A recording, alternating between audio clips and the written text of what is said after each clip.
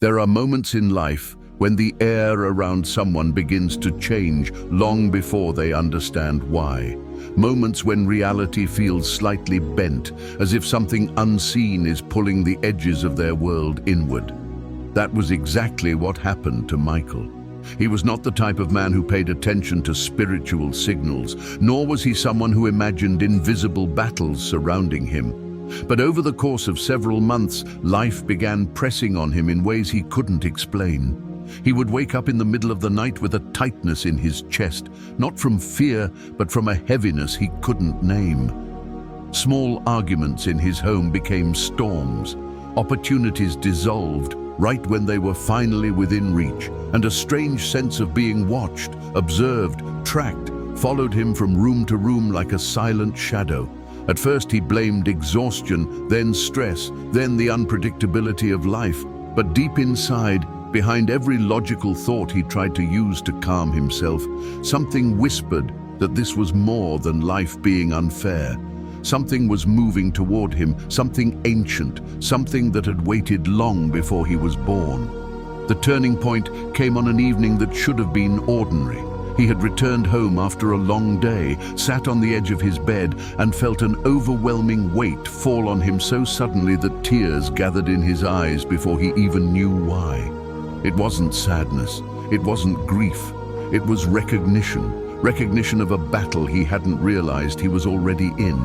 And in that moment, a memory surfaced, something his grandmother had told him when he was a child. Some families carry storms that are older than their names. He never understood what she meant back then, but now those words hit him like a prophecy.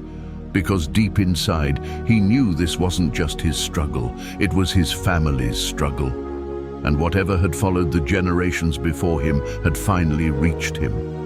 That night, he searched for answers, not knowing what he was looking for. He scrolled through videos, skipped through sermons, and tried to find a sound, a sentence, anything that resonated with the invisible weight pressing into his life. Then he stopped. A video title flashed in front of him. Psalm 27 plus Psalm 109, a prophetic prayer to break hidden attacks and ancestral patterns. The moment he saw it, something in his spirit jolted. It felt as though the words were reaching toward him, pulling him into a moment divinely timed. He clicked, unaware that this simple act was the beginning of the end for everything that had followed him since childhood. As the narrator began speaking, Michael's heart raced.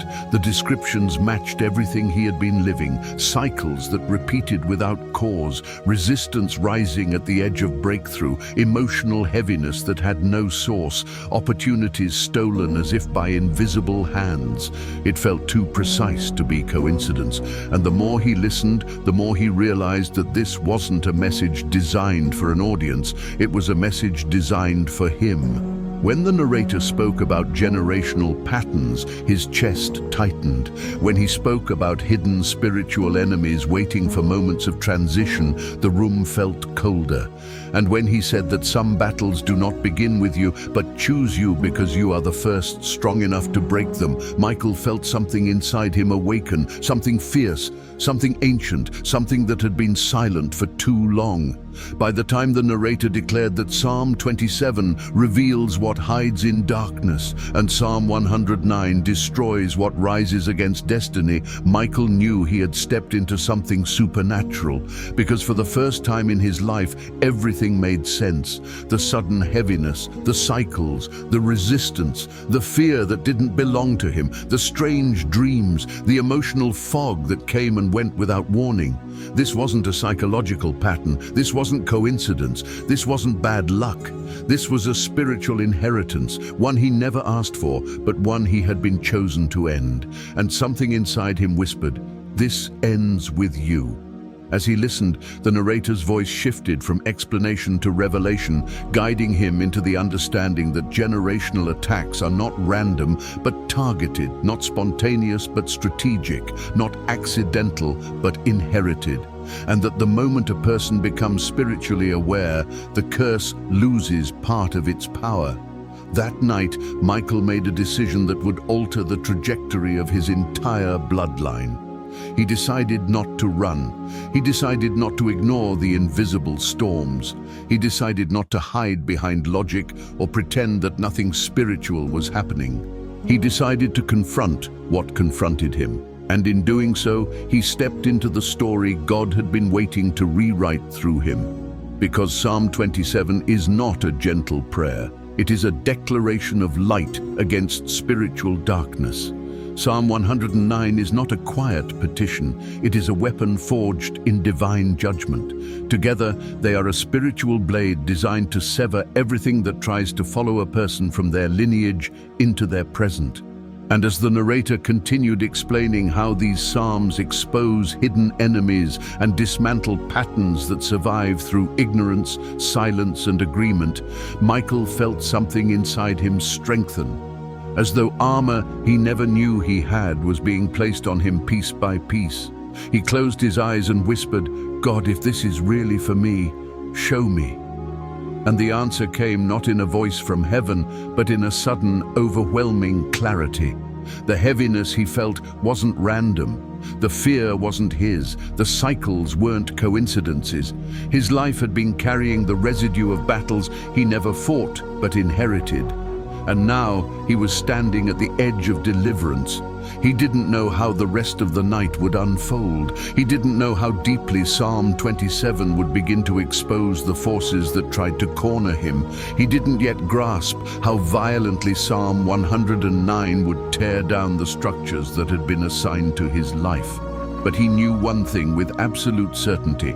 He wasn't watching that video by accident, and neither are you. If you are here right now, listening to these words, something deep inside you already knows this isn't coincidence. You didn't stumble into this moment. Heaven brought you here. And just like Michael, you are standing at the threshold of the battle your ancestors never had the strength to face. And as Michael stood inside that quiet moment, sensing the weight of truth settling over his spirit, something remarkable began to shift inside him. A clarity, a sharpening, a recognition that everything he once dismissed as emotional turbulence or unfortunate timing was actually evidence of a spiritual battle woven through the history of his bloodline. He sat still, almost afraid to move, as though any sudden motion might break the fragile veil that had finally lifted from his understanding. Memories began returning to him, not in the soft, nostalgic way people remember their childhoods, but in a piercing, revelatory sequence. He recalled the tension that always lingered in his home growing up. The long silences between family members that felt heavier than spoken words, the cycles of fear and anger that erupted without cause, the undone dreams of his parents, the sadness his grandmother carried in her eyes even when she smiled. He remembered the relatives who battled the same patterns, failed relationships, broken finances, unexplained anxiety, emotional instability, sudden illness, opportunities slipping away at the last moment. At the time, he believed these were simply the stories of imperfect people living through imperfect circumstances. But now those memories felt different, charged, alive with an invisible meaning he had never perceived before. These were not random events. These were not isolated personal failures. These were the fingerprints of something spiritual, something ancient, something that had moved silently through generations, shaping destinies without ever being named. And by the time Michael returned from that flood of memories, he felt the weight of a realization. He wasn't just fighting for himself, he was fighting for every person who carried his last name. The narrator continued unfolding the mysteries of Psalm 27, explaining how light confronts darkness without negotiation, how divine revelation exposes the spiritual structures hiding in the corners of a person's life, how fear cannot coexist with illumination. Psalm 27 was more than a comforting verse, it was a confrontation. "The Lord is my light," the narrator said, which means every shadow that has been following your family must be revealed. Michael felt a chill. He realized that the fear he carried was not his own. It was inherited fear, passed down like a silent heirloom. Every time he had doubted himself, every time he had sabotaged an opportunity, every time he had felt unworthy, every time he had been afraid to hope, he had been living inside a shadow cast long before he was born. But light was beginning to touch the edges of those shadows now. Light was beginning to reveal what had been hidden, and the more he listened, the more he felt something old losing its grip. Then the narrator began explaining Psalm 109, a psalm Michael had never paid attention to before. He described it not as a gentle prayer, but as a heavenly decree, a declaration of judgment against spiritual forces that rise against a person's destiny. Psalm 109 was not written for passive believers, it was written for warriors. It was forged for people who stand at the breaking point of generational bondage and choose to fight. The narrator's voice deepened as he said, "This psalm dismantles what you were never meant to carry." Something inside Michael ignited at those words. For years he had carried invisible weight, unspoken expectations, unexplained guilt and emotional burdens he could never understand. But now, with the revelation of Psalm 109, it felt as though those burdens were being named, confronted, and stripped of their right to remain. He placed a hand over his chest, feeling the heaviness that had followed him for months begin to vibrate, not physically but spiritually, as if the darkness inside him was trembling under the pressure of truth. And as this spiritual shaking intensified, memories of dreams he once dismissed as nightmares resurfaced, dreams of running but never escaping, dreams of dark figures watching him from a distance, dreams of houses with endless rooms he could never leave, dreams of voices calling his name from behind closed doors. He never understood those dreams, but now he did. Those dreams weren't random, they were warnings. They were reflections of the spiritual reality he was born into. They were glimpses into the warfare surrounding his destiny, and Psalm 109 was the key to dismantling their power. The narrator spoke about how spiritual attacks often intensify the moment a person becomes aware of them, because awareness breaks the silence that curses depend on to survive. Michael realized that the increased heaviness he had felt these past few weeks wasn't a sign of weakness, but a sign that the darkness sensed its time was coming to an end. Because revelation is a weapon, and once revelation enters a person's life, the curse begins to lose its legal rights. And something inside him whispered again, "This ends with you." Michael closed his eyes, feeling the presence of God settle around him, not softly, but with authority. He could almost sense the spiritual spotlight illuminating the hidden corners of his heart, revealing wounds he had ignored, fears he had inherited, lies he had believed, and patterns he had repeated without ever understanding why. Everything inside him was being rearranged, not violently, not chaotically, but with divine precision, like a surgeon operating on the unseen parts of his life. The narrator began describing how generational patterns attach themselves to emotions, decisions, relationships, identity, environment, and timing, areas of life that most people never examine spiritually. Michael listened with growing astonishment, realizing that every major struggle he had faced fell into one of those categories, not once, not twice, but repeatedly. "A curse survives," the narrator said, "when no one recognizes it." And in that moment, Michael understood why he had been guided to this video. He was the first in his family to see, the first to understand, the first to recognize the spiritual root beneath the visible patterns. And once the root is revealed, the tree can be uprooted. He felt a surge of strength rise inside him, not emotional strength, but spiritual resolve, the kind that comes when a person finally sees the truth clearly and refuses to look away. He whispered again, this time with conviction, "This ends with me." As the narrator continued, guiding him deeper into the revelations of Psalm 27 and Psalm 109, Michael felt the atmosphere in the room shift. It was subtle at first, a stillness, a silence, an unusual clarity. But then it grew heavier, thicker, like the air itself had become spiritually charged. He didn't feel fear, he felt awareness. Something was happening, something was moving, Something was aligning, and for the first time in his life, he wasn't afraid of what was stirring. He was ready. As the atmosphere around Michael thickened with that strange spiritual weight, he sensed something shifting, not just within him, but around him, as though the unseen realm was responding to the awakening happening inside his spirit.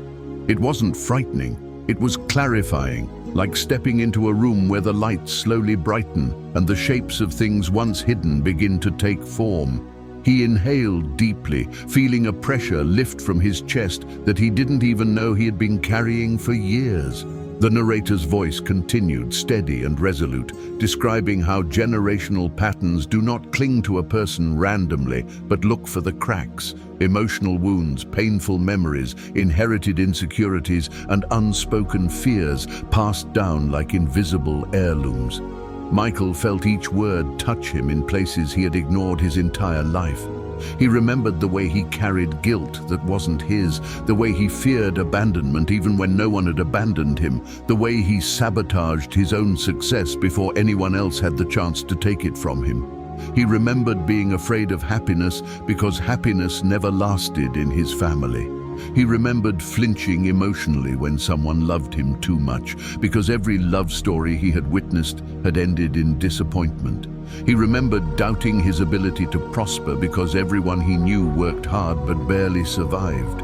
He remembered assuming suffering was normal because suffering was all he had ever seen modeled. And now, for the first time, he understood that these weren't natural inclinations. They were inherited instructions, whispers from a curse assigned to his lineage long before he was born. The narrator explained how generational darkness attaches itself to emotions first, because emotions shape beliefs, and beliefs shape decisions, and decisions shape destiny. What your ancestors never healed, the narrator said, the curse will try to repeat in you. Those words hit Michael with such force that he had to close his eyes again. Suddenly he understood why his mother always lived in quiet sadness, why his father drowned his dreams in silence, why his grandmother's eyes held stories no one ever talked about. The wounds were not isolated.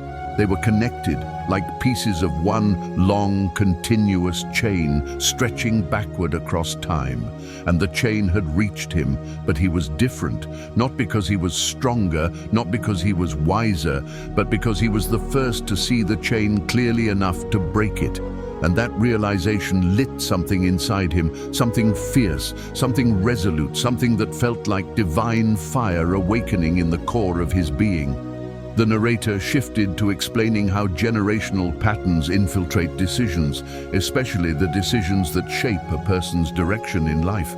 He described how spiritual warfare intensifies at moments of transition because the enemy knows that the right decision at the right time can shift an entire bloodline. Michael thought of all the times he had been on the edge of breakthrough and suddenly felt paralyzed, overwhelmed by doubt, anxiety, or confusion. He remembered times when opportunities appeared, but he hesitated until they slipped away. He thought of relationships he pushed away out of fear that he didn't deserve them. He thought of dreams he abandoned because something whispered they would fail like everything else around him. These were not coincidences. These were interruptions, intentional, strategic, precisely timed. The curse, the narrator said, does not fear your present, it fears your future. Michael felt chills run through him. The curse didn't want to stop him from existing. It wanted to stop him from becoming, because becoming meant breaking what had survived for generations. The narrator's voice softened slightly as he began describing how curses manipulate relationships. This part hit Michael deeper than he expected. He remembered the way every relationship he had ever entered eventually echoed the same emotional pattern: distance, mistrust, unexplained tension, and sudden collapse. He remembered breaking things before they had the chance to break him, convinced it was protection, but now realizing it was bondage. He remembered telling himself he wasn't meant for lasting love, because that narrative had been woven into the history of his family long before he understood what love was. The narrator explained that a curse will use emotional wounds to rewrite a person's expectations, and expectations influence behavior, and behavior influences outcomes. If the curse can control your heart, the narrator said, it can control your future. Michael's breath trembled. The truth was painful but liberating. Every relationship he had lost wasn't simply a failure of personality or compatibility. It was spiritual interference. It was the curse pulling him back into the emotional blueprint of his bloodline. But tonight, that blueprint was being exposed. And exposure always precedes deliverance. Then the narrator began speaking about identity, the silent battlefield of generational warfare. He explained how curses work tirelessly to distort how a person sees themselves, because a distorted identity creates a distorted life. Michael felt his throat tighten. For as long as he could remember, he had carried an unspoken sense of inadequacy, a feeling that he wasn't enough, no matter how hard he tried. He doubted himself even when he succeeded. He minimized his abilities even when people praised him. He walked through life as though he were an observer of his own potential rather than the one living it. And now, listening to the narrator reveal how curses attach themselves to identity, he felt the weight of 1,000 lies unraveling inside him. Lies he never chose, lies he never questioned, lies he inherited. When you believe the curse, the narrator said, you live the curse. Michael placed a hand over his heart again, feeling an ache he didn't know how to describe. It wasn't sadness, it wasn't fear, it was recognition. He wasn't broken, he wasn't weak, he wasn't destined for repeated failure, he wasn't emotionally flawed, he was spiritually targeted. And the moment he saw that truth, the curse began to lose its power. The narrator shifted into describing how spiritual patterns can manipulate the environment, a concept Michael had never considered. He thought about the heaviness that often filled his home, the tension that appeared out of nowhere, the emotional fog that clouded the atmosphere without warning. He thought about how different rooms felt different, how he could walk into one space and feel peace and another and feel sudden worry or sadness. He thought of nights where the shadows felt too alive, where silence felt too loud, where sleep felt impossible. He thought those sensations were psychological. Now he saw they were spiritual. A curse, the narrator explained, lives not only in people, but in atmospheres. And suddenly, everything made sense. Michael wasn't imagining the heaviness, he wasn't overreacting, he wasn't being sensitive, he was spiritually perceptive, even when he didn't know it. And as these revelations continued pouring into him, he realized he had stepped into something far bigger than a video. He had stepped into warfare, not a warfare he needed to fear, but one he had been chosen to win. The narrator transitioned into explaining how generational curses attack timing. Delays, interruptions, false starts, cycles of progress followed by collapse. Michael nodded slowly, remembering moments in his life where everything seemed to align only for something invisible to push him backward. The delays were not failures, they were tactics. The setbacks were not signs of incompetence, they were signs of interference. The narrator continued, guiding Michael deeper into understanding how curses steal joy, peace, confidence, spiritual clarity, and hope, all the intangible elements that shape a person's ability to believe in a better future. And as each layer was explained, Michael felt the invisible chains around him loosening, his breathing steadied, his awareness sharpened, his spirit strengthened. He wasn't merely learning, he was awakening. And awakening is the first sign that deliverance is near.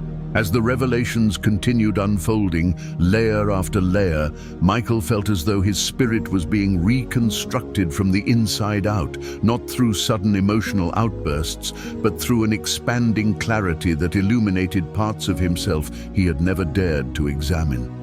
The narrator spoke with the precision of someone guiding a soul through a labyrinth, slowly, deliberately, carefully, ensuring that every hidden corner was brought into the light.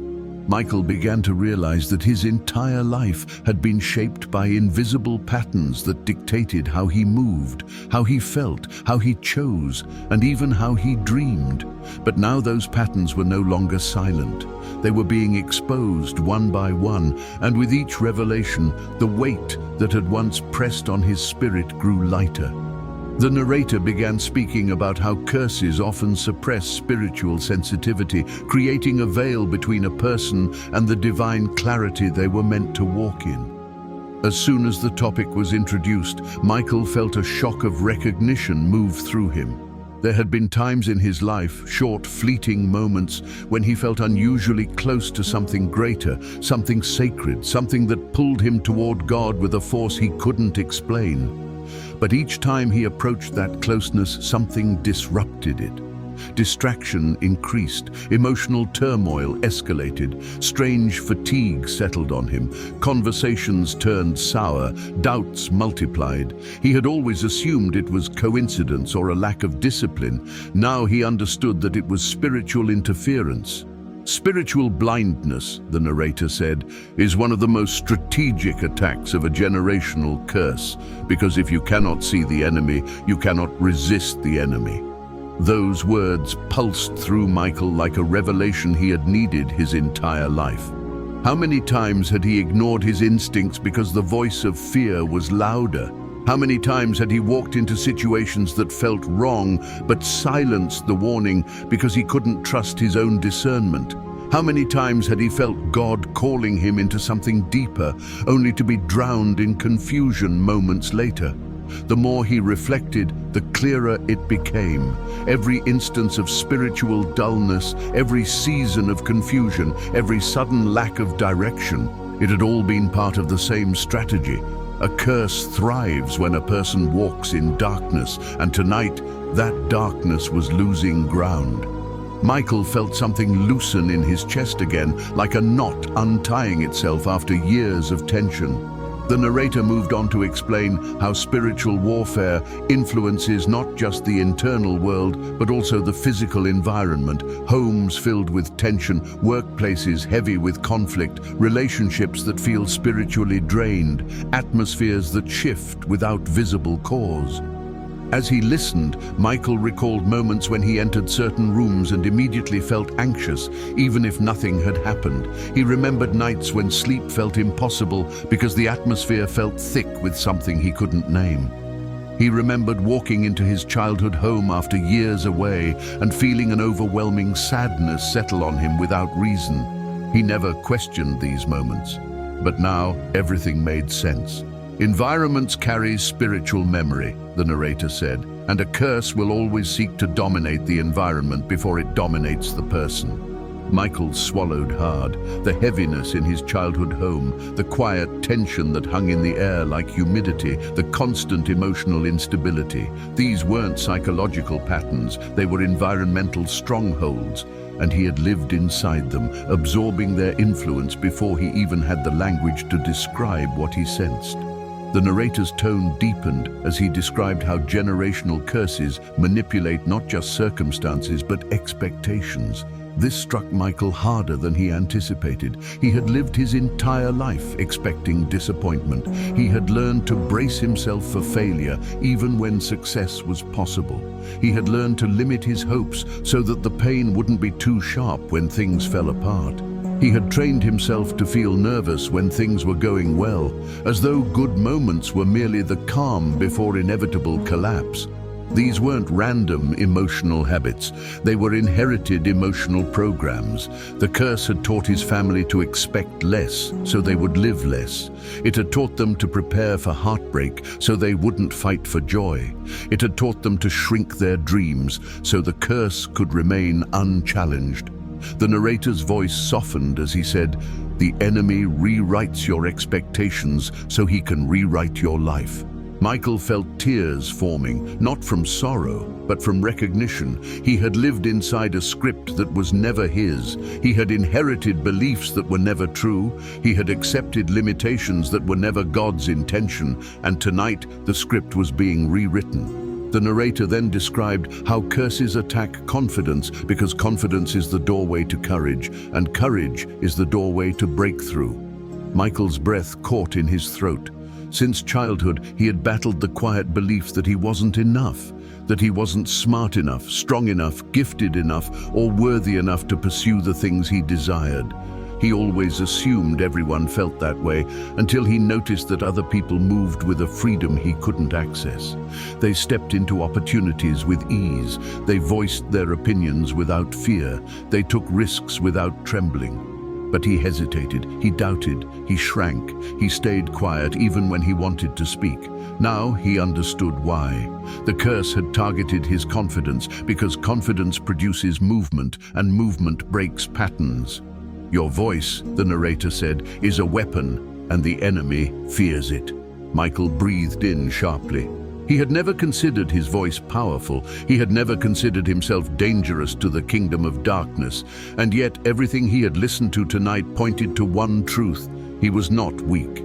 He was chosen to confront what had conquered the people before him, chosen to see what they could not see, chosen to break what they could not break, chosen to rewrite what they lived. The narrator then spoke about timing again, explaining that delays are not always about being unprepared, but about spiritual resistance. A curse, he said, does not need to destroy your destiny to succeed. It only needs to delay it. Michael felt a jolt of recognition. Every dream he had pursued seemed to take twice as long. Every opportunity arrived late. Every breakthrough felt postponed. But delays don't mean denial. They mean interference, and interference can be confronted. The narrator described how generational darkness steals joy and inner peace because a person without joy becomes spiritually exhausted, and a person without peace becomes spiritually vulnerable.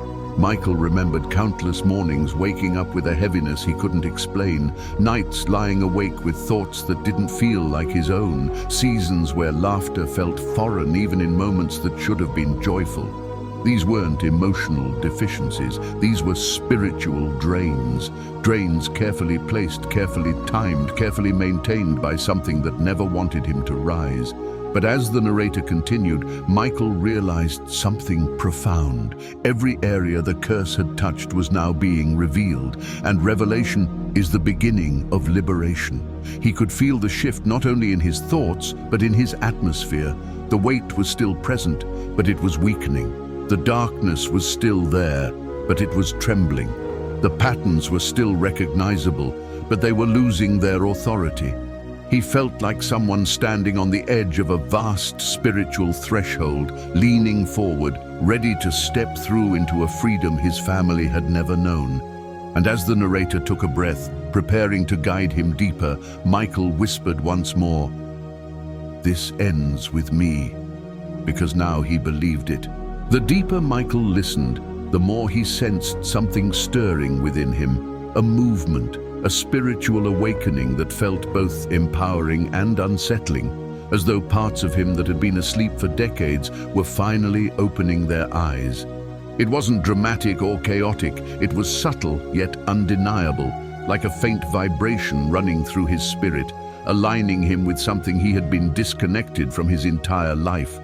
The narrator's words flowed like a river carving its path through ancient stone, reshaping beliefs, exposing lies, illuminating truths that had been buried beneath years of emotional debris. Every sentence peeled back another layer of Michael's understanding, revealing just how deeply the unseen realm had influenced the course of his life. The narrator began explaining how generational curses attack the mind, not through obvious destruction, but through subtle infiltration. Intrusive thoughts, sudden confusion, emotional fog, overwhelming anxiety, and mental exhaustion at the most critical moments. As soon as this topic emerged, Michael felt a familiar ache rise inside him. He had spent years wrestling with thoughts that didn't feel like his own. Waves of fear crashing against his confidence, whispers of failure seeping into his dreams, doubts appearing the moment he tried to move forward. Sometimes he felt like his mind wasn't a peaceful home, but a battlefield where invisible enemies launched attacks without warning. He had always assumed he was overthinking, stressed, or flawed. Now he understood the truth. The mind, the narrator said, is the throne room of destiny, and the curse will always try to sit on a throne it was never meant to rule. Those words struck Michael with such intensity that he felt tears form again. Not tears of sadness, but tears of recognition. Recognition that his mental battles were never a sign of weakness, but proof of warfare. He remembered nights when his thoughts spiraled out of control for no reason. Moments when clarity vanished as quickly as it came. Days when he felt mentally suffocated, even though nothing had happened externally.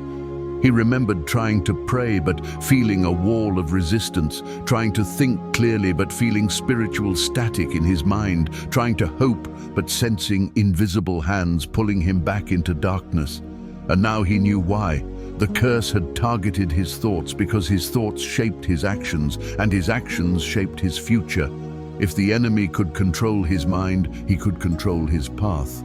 But tonight, that control was slipping. Revelation is a weapon sharper than any sword, and every revelation Michael received tonight cut through another chain. The narrator shifted into describing how curses manipulate a person's spirit, not their emotions, not their mind, but their spiritual sensitivity, the ability to discern danger, feel divine direction, recognize spiritual shifts, and perceive the presence of God. Michael felt his heart thump harder. He could recall moments throughout his life when he felt God calling him, small nudges, gentle warnings, quiet whispers urging him to move or stop or wait. But each time he felt close to understanding, something clouded his awareness. Distraction came, fear rose, doubt drowned out intuition. It was as though something always intercepted the spiritual signal before it reached clarity. When the curse wants to silence you, the narrator said, it attacks your sensitivity because a spiritually blind person cannot break what they cannot see. Michael felt those words lodge inside his chest. He remembered ignoring instincts he later wished he had followed. He remembered walking into relationships that felt wrong, but convincing himself he was overreacting. He remembered prayers that felt empty, like his words never traveled beyond the ceiling. He remembered longing for closeness with God, but feeling an invisible barrier he couldn't explain. But tonight, the barrier was cracking. The narrator then began explaining how hereditary patterns manipulate physical health, not always through dramatic illness, but through subtle disruptions. Fatigue, unexplained weakness, recurring symptoms, anxiety manifesting physically, stress breaking the body down, constant tension living in the muscles, sudden health battles appearing at pivotal moments. Michael's breath caught. He thought of how often he felt exhausted, even after resting, how tension lived in his shoulders like a permanent guest, how he would feel physically drained during seasons where breakthrough seemed near. He never imagined these could be spiritual symptoms. The body, the narrator said, is the field where spiritual battles leave physical footprints. As the final echo of his whispered declaration faded into the stillness of the room, Michael felt a warmth begin to rise inside his chest, a slow, steady burn that felt nothing like fear and everything like awakening. It spread through him, not in a sudden burst, but in a controlled, deliberate wave, as if something divine was igniting dormant embers that had waited years for this exact moment. His breathing steadied, his mind sharpened, his awareness widened, stretching into places he didn't know existed within him. It wasn't emotional adrenaline, it wasn't excitement, it was spiritual alignment. The narrator continued speaking, but now every word hit differently, carving deeper, resonating harder, settling into the spaces of his soul that had once been occupied by confusion. The voice explained how curses do not simply follow a person at random, they attach themselves to wounds, unforgiveness, trauma, fear, shame, silence, disappointment, generational agreements spoken unintentionally through words or lived out through actions, repeated without reflection. Michael closed his eyes as memories surfaced, not in chaotic flashes, but in a clear, organized sequence, as though God was walking him through the archives of his own life. He remembered moments he buried years ago, childhood nights when fear visited him for no reason, arguments between his parents that left emotional scars he never fully understood, times he felt responsible for pain he didn't cause, moments where he absorbed silent grief from the adults around him without knowing he was doing so. He remembered how often he blamed himself for things that had nothing to do with him. He remembered feeling guilt for simply wanting to be happy. He remembered apologizing for being himself. And now, for the first time, he understood. These weren't personality traits, they weren't flaws, they weren't emotional weaknesses, they were inherited spiritual wounds, wounds the curse had used as entry points throughout his life. Where there is a wound, the narrator said, there is access. The sentence lingered in the air, heavy with truth. Michael felt his spirit recoil at first, not in rejection, but in realization. Every time he had opened his heart to someone, the wound whispered fear. Every time he tried to step into his purpose, the wound whispered inadequacy. Every time he dreamed, the wound whispered disappointment. Every time he grew, the wound whispered danger. And for years, he obeyed those whispers without ever recognizing their source. But tonight, the source was exposed. The narrator then explained how curses manipulate emotional memory, preserving specific patterns across generations like repeating cycles in a broken record. Michael could see the cycle clearly now, his grandmother's quiet sadness, his mother's emotional exhaustion, his father's fear of failure, his own inner battles, all linked, all connected, all echoing one another like spiritual fingerprints passed from one life to the next. It wasn't coincidence, it was continuity. And yet, here he was, standing at the breaking point of that continuity, holding the spiritual authority to interrupt what had flowed uninterrupted for decades.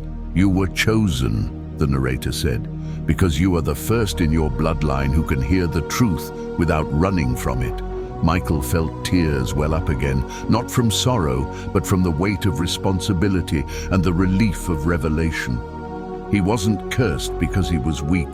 He wasn't targeted because he was vulnerable.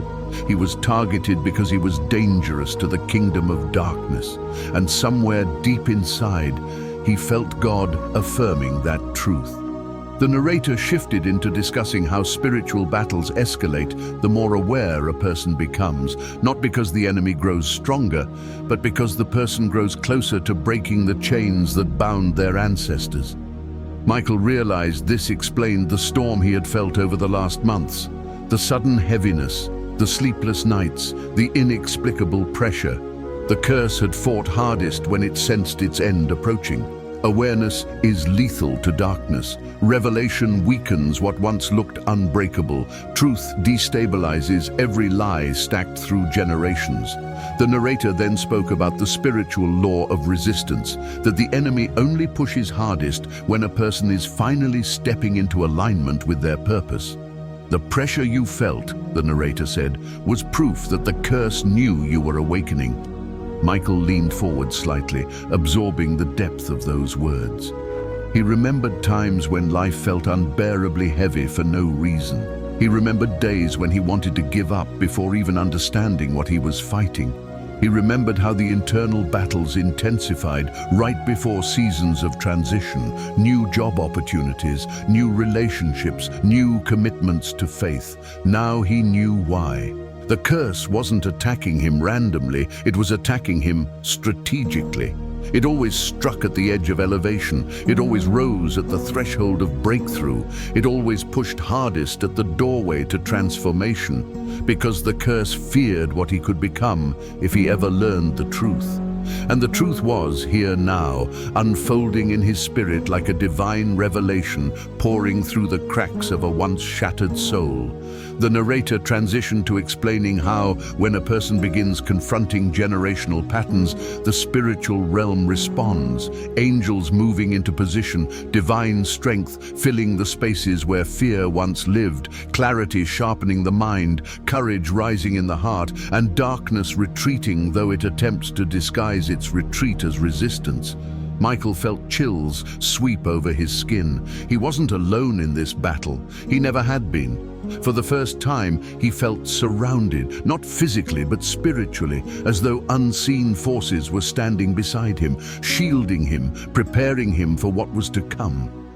The narrator continued describing the power of Psalm 27, explaining how its declaration of light exposes every dark attachment, every spiritual ambush, every unseen enemy.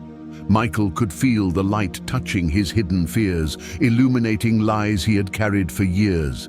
Then came the explanation of Psalm 109, a strike of divine justice against anything that had legally attached itself to his lineage. The narrator's voice grew heavier, carrying the weight of spiritual authority. "These psalms," he said, "are weapons forged for battles like yours." Michael exhaled slowly, feeling something inside him settle, a resolve, a steadiness, a readiness. He understood now that everything leading up to this night had prepared him for this confrontation. The confusion, the heaviness, the emotional storms, the sense of being followed by something he couldn't see. They were not signs of defeat, they were signs of assignment, signs that he had been chosen to face what others before him could not. And as the narrator continued speaking, Michael felt peace begin to rise. Not the fragile peace he had known before, but a deeper, unshakable peace born from understanding. For the first time in his life, he wasn't afraid of the battle. He was ready for it. Because he had finally realized that he wasn't standing at the edge of defeat. He was standing at the edge of deliverance. As the narrator's words continued flowing like a steady current of revelation, Michael felt his spirit beginning to settle into a new posture, a posture he had never known before, one of readiness, one of clarity, one of spiritual authority waiting to be awakened. The heaviness that once suffocated him no longer felt overpowering.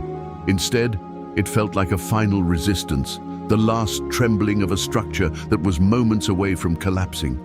He sensed something shifting, not only in his own mind and emotions, but in the atmosphere around him, as though the unseen realm was beginning to rearrange itself to reflect the truth he was finally embracing. The narrator began unveiling the deeper mechanics of spiritual inheritance, explaining how curses survive through silence, secrecy, and patterns repeated without question. Michael felt another wave of recognition sweep through him. His family had always carried silence like a second language, unspoken worries, unresolved grief, tears swallowed before they reached the surface. He remembered holidays where tension settled in the air even when no one argued, moments of joy that felt fragile, like they could break if anyone breathed too loudly. He remembered the way his mother's smile never fully reached her eyes, the way his father paused before answering questions about his own past, the way his grandmother deflected emotional conversations, as if she feared awakening something she had tried her whole life to bury. Silence wasn't just emotional, it was spiritual. Where there is silence, the narrator said, there is survival, not for you, for the curse. The sentence hit him with the force of a revelation he had been waiting his entire life to hear. Curses thrive where truth is unspoken. They cling to shame that is never confronted, to wounds that are never acknowledged, to patterns that are never examined. And for generations, his family had survived instead of healing. They had endured instead of breaking free. They had adapted instead of overcoming. But he was different. He wasn't here to adapt. He wasn't here to inherit survival. He was here to inherit victory. The narrator explained how curses are not simply spiritual attachments, but spiritual agreements. Agreements made through behavior, through fear, through repeated choices that reinforce the narrative of bondage. Michael realized he had reinforced many of those narratives without even understanding. Every time he expected failure, he agreed with the curse. Every time he assumed disappointment was inevitable, he agreed with the curse. Every time he ran from love, he agreed with the curse. Every time he doubted his worth, he agreed with the curse. Not intentionally, not knowingly, but spiritually. Agreement, the narrator said, is the language of bondage. Revelation is the language of freedom. Michael felt something inside him break open at those words. He understood now that he wasn't powerless. He wasn't cursed by fate or doomed by genetics. He had participated unknowingly, and because he had participated, he could now withdraw his agreement. Revelation is correction. Revelation is confrontation. Revelation is liberation. The narrator shifted into explaining how curses influence patterns of self-sabotage, building invisible barriers around a person's potential, barriers that activate the moment they get too close to breakthrough. Michael immediately saw this pattern in his own life. How many times had he been on the verge of success when something suddenly derailed everything? How many times did fear flood him the moment he stepped towards something meaningful? How many times did doubt whisper louder when he was closest to growth? These weren't random setbacks, they were activation points.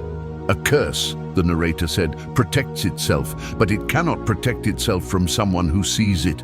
Michael felt a surge of strength rise inside him again. He saw it now. He felt it now. The curse was exposed, stripped, trembling because the truth had finally met it face to face. He wasn't merely learning, he was dismantling. The narrator then described how curses manipulate perception, making a person see themselves, others, and the world through distorted spiritual lenses.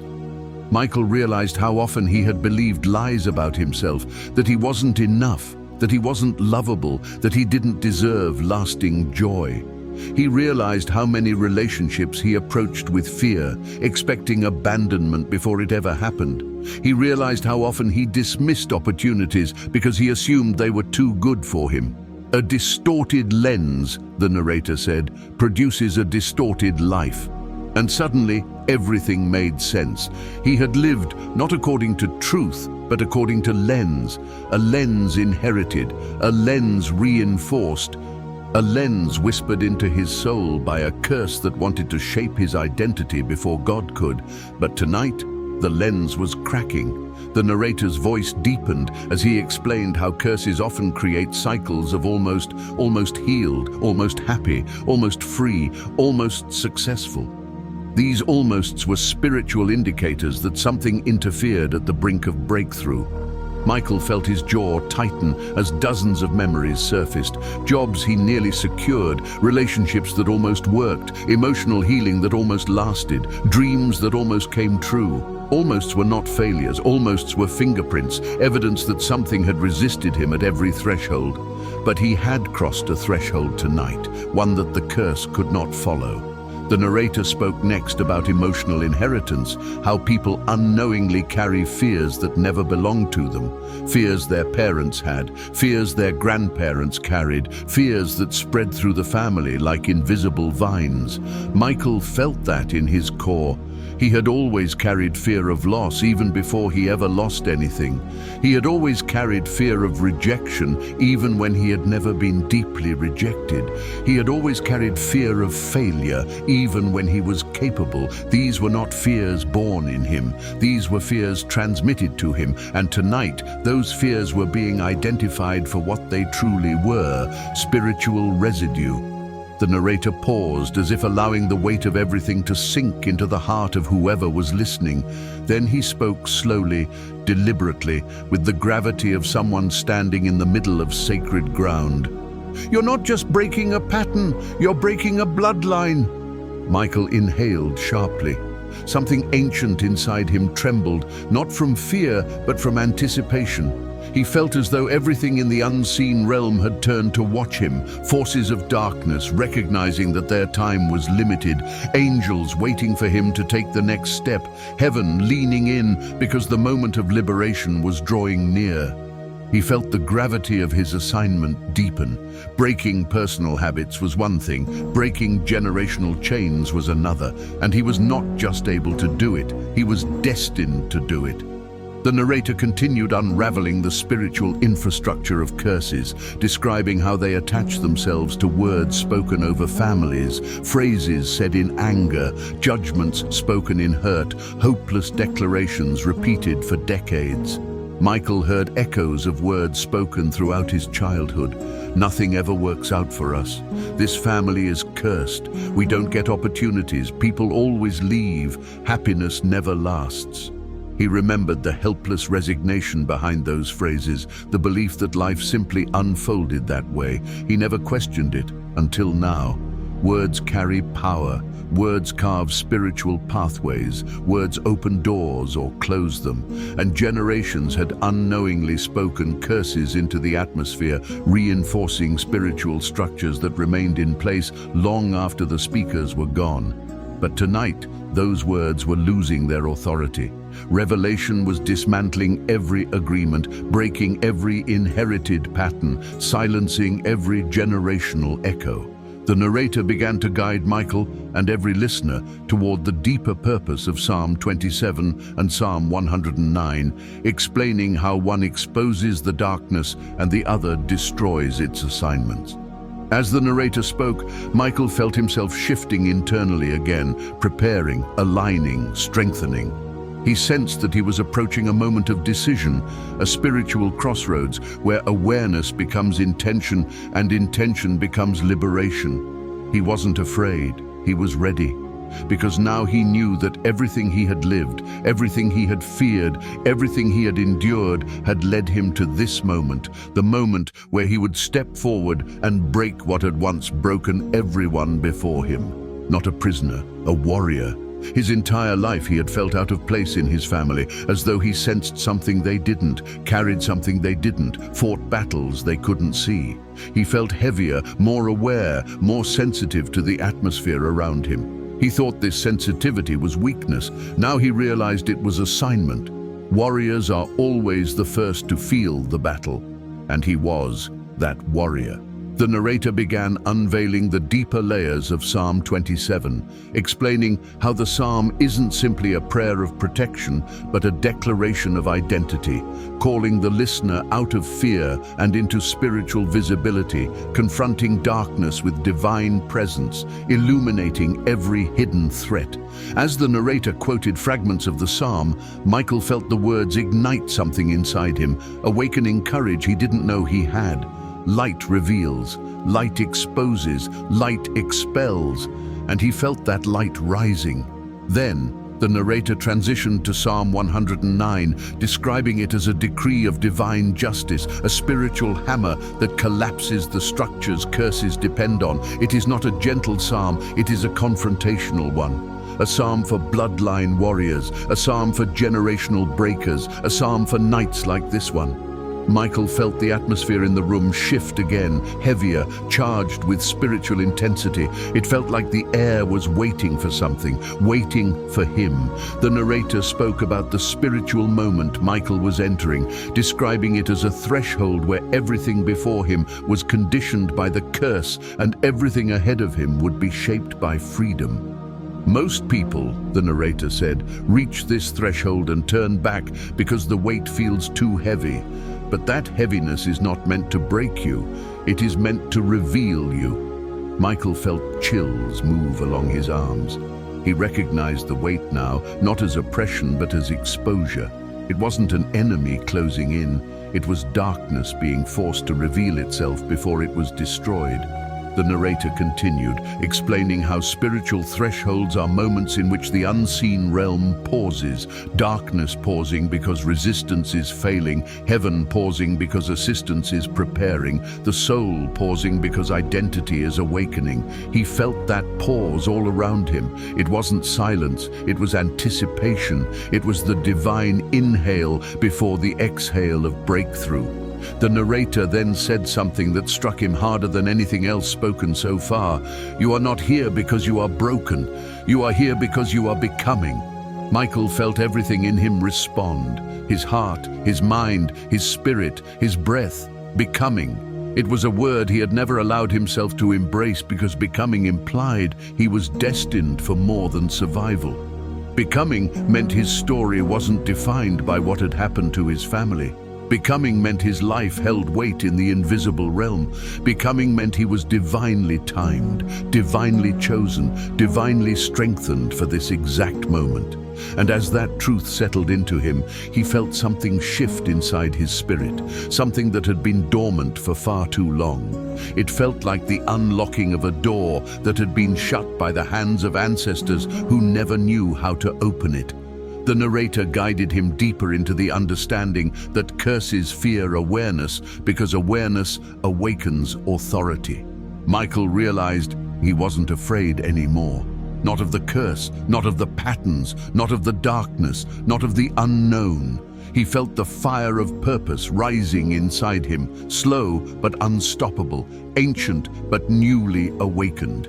He was standing at the border of transformation, and the border was trembling. Then the narrator spoke one more sentence, a sentence that marked the final step before we reached the exact moment for the CTA. What once followed your family is now following you for one reason. You are the one who will end it. Michael closed his eyes, breathed in deeply, and whispered again with absolute certainty, "This ends with me." The atmosphere around Michael felt charged now, almost vibrating with a spiritual weight he could no longer ignore. It wasn't oppressive anymore. It wasn't suffocating. It felt different, focused, intentional, like everything unseen had stepped closer, waiting for him to take the next step into the freedom he had been circling his entire life without knowing it. The narrator's voice continued with a calm that carried the force of a storm hidden beneath the surface.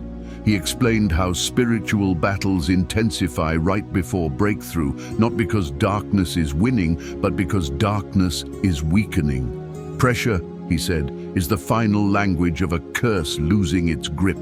Michael felt those words move through him like a current. Pressure had followed him for months. Emotional pressure, mental pressure, spiritual pressure, nights where he couldn't sleep, days where his chest felt heavy, moments where he sensed something watching him from the edges of his life. He assumed pressure meant defeat, but now he saw it for what it truly was, evidence of collapse. The narrator continued, describing how the enemy always makes its final move when it senses its territory slipping. Patterns intensify, confusion rises, old wounds reopen, fear whispers louder. All of it is strategy, all of it is resistance, all of it is a last attempt to survive. What you felt, the narrator said, wasn't the curse growing stronger. It was the curse realizing it was about to die. Michael exhaled shakily, feeling his body relax in a way he hadn't felt in years. It was as though his spirit recognized the truth before his mind fully processed it. He was not in danger. He was not under threat. He was not being overwhelmed. He was witnessing the unraveling of something ancient, something that believed it had the right to stay. The narrator explained how spiritual patterns break the moment a person steps into awareness of who they truly are, not the identity shaped by generational wounds, but the identity stamped on them by God before they were born. Identity, the narrator said, is what frees nations, destroys curses, and turns ordinary people into warriors. Michael felt a deep stillness come over him. He realized he wasn't the same man who had pressed play on this video. He wasn't confused anymore. He wasn't intimidated. He wasn't questioning. He wasn't running. He had crossed a threshold inside himself, and crossing a threshold changes everything. The narrator's voice softened, becoming almost intimate. He explained how generational freedom requires not only revelation, but engagement. Engagement of the Spirit, agreement with truth, alignment with the light of God. Freedom, the narrator said, responds to your participation. Michael felt his heart thump in his chest. His breathing deepened.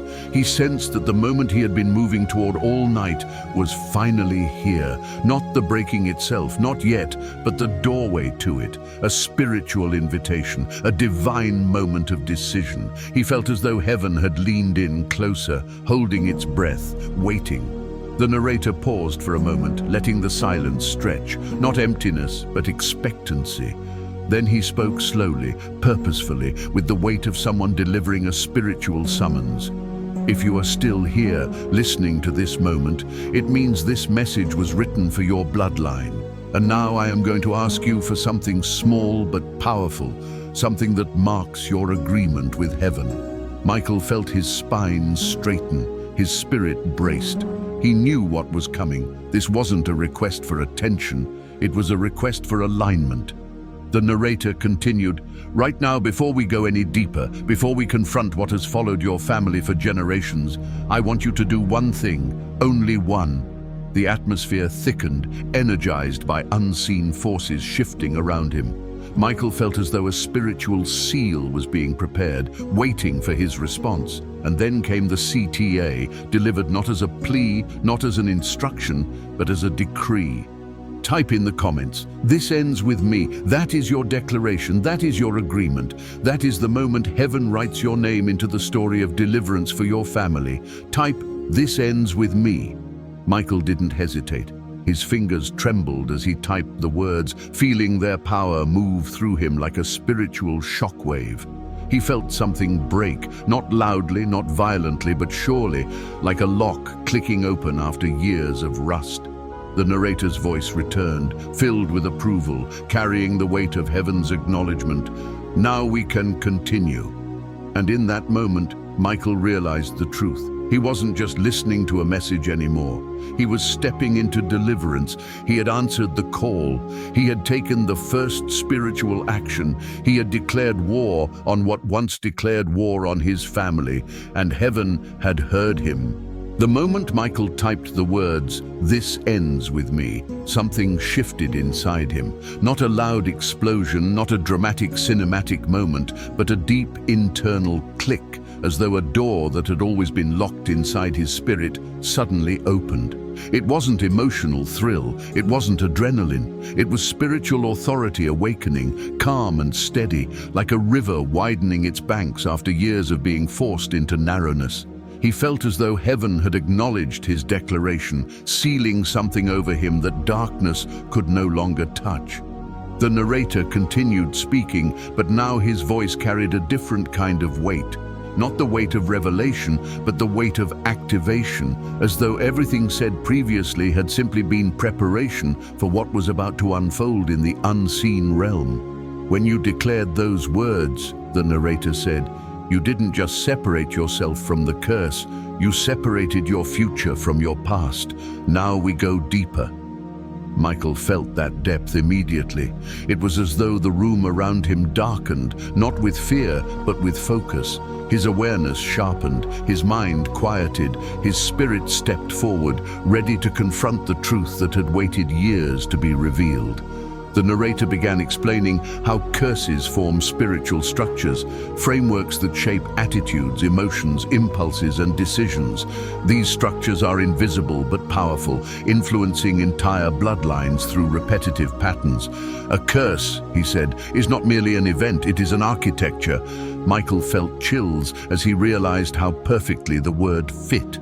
Architecture, designed, constructed, reinforced across time. It explained why the same patterns appeared generation after generation. It explained why his family walked the same emotional corridors, made the same choices, carried the same burdens. They had been living inside a structure they never built. But every structure, the narrator continued, can be dismantled when its foundation is identified. And tonight, the foundation had been exposed. The narrator explained how curses often root themselves in moments of trauma, moments that create spiritual fractures in the family line. One person's wound becomes another person's struggle. One generation's silence becomes another generation's identity. One ancestor's fear becomes another descendant's destiny. Michael felt this revelation pierce him. He thought of the pain in his grandmother's eyes, the sadness in his mother's voice, the quiet anger in his father's heart. He thought of how no one ever spoke about those wounds, as if silence could protect them. But silence had only preserved the structure. Trauma unaddressed becomes trauma inherited. "Tonight," the narrator said, "we address what was never spoken." Michael felt his throat tighten. He remembered moments from childhood he had tried to forget, the arguments, the tension, the nights he hid under blankets to escape sounds and shadows that felt too heavy for a child to understand. He remembered the fear that entered the home when finances were unstable, the despair that lingered when opportunities fell apart, the emotional collapse that followed each disappointment. He remembered the unspoken grief that shaped his family's tone, posture and rhythm. Now, all of it was being brought into the light, not to shame them, not to blame them, but to break what had clung to them. The narrator shifted into discussing how emotional wounds create spiritual agreements. When a person experiences abandonment, they may unknowingly accept the lie that they are unworthy of love. When a person experiences repeated failure, they may adopt the belief that they are destined for disappointment. When a person grows up in an environment filled with fear, they learn to expect danger even in peace. These beliefs become spiritual doors, and curses walk through open doors. But when truth enters, the narrator said, doors close. Michael felt this truth resonate through him as though his soul recognized it. All the wounds he carried, fear of loss, fear of failure, fear of hope, fear of love, were not parts of his identity. They were open doors, and tonight, one by one, those doors were being shut. The narrator then explained how curses affect relationships across generations, not just romantic relationships, but family bonds, friendships, partnerships, and connections that are strategically disrupted to prevent emotional stability. Because a person who heals with others, he said, breaks chains faster than a person who heals alone. Michael remembered the friendships that faded without reason, relationships that collapsed under invisible pressure, the patterns of distance he never understood. It felt as though connection had always been just beyond his reach. Now he knew why. Darkness isolates what it cannot control. The narrator continued revealing how curses manipulate perception of self-worth. People in cursed bloodlines often struggle to see themselves clearly, believing they are less capable, less deserving, less valuable than others. This belief becomes a spiritual container that limits growth. But you, the narrator said, have outgrown your container. Michael breathed deeply, feeling the truth of that resonate through him like a slow awakening. He had always felt something inside him pushing outward, pressing against the limitations he didn't know how to break. He didn't know how to name that feeling before. Now he did. He was not too much.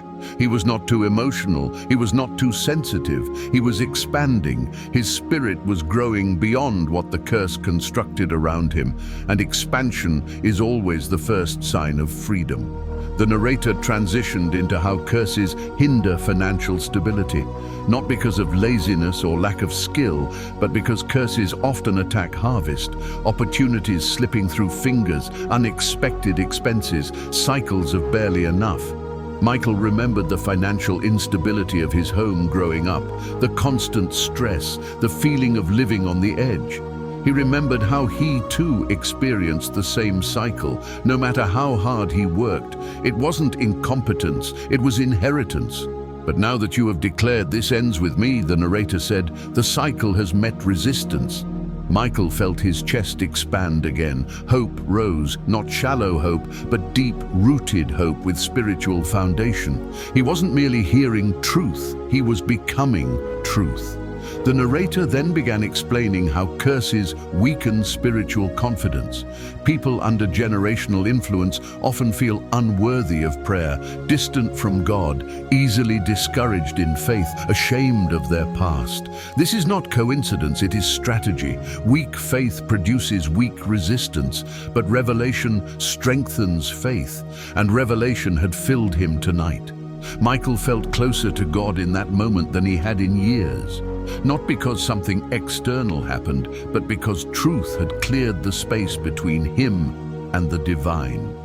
The narrator's tone deepened, becoming almost solemn. Now that you have aligned yourself with freedom, he said, we move into the deeper layers. This is not the end of the journey. This is the beginning of the breaking. Michael braced himself, not with fear, but with anticipation. He felt like someone standing at the edge of a vast spiritual battlefield, watching the enemy tremble before the war even begins. He felt strength rising inside him, ancient strength, ancestral strength, divine strength. Not the strength of those who survived, but the strength of those who rise. And in that moment, he understood something profound. Everything he had lived, everything he had endured, everything he had survived was preparation for this exact moment. Freedom was no longer a distant idea, it was unfolding inside him.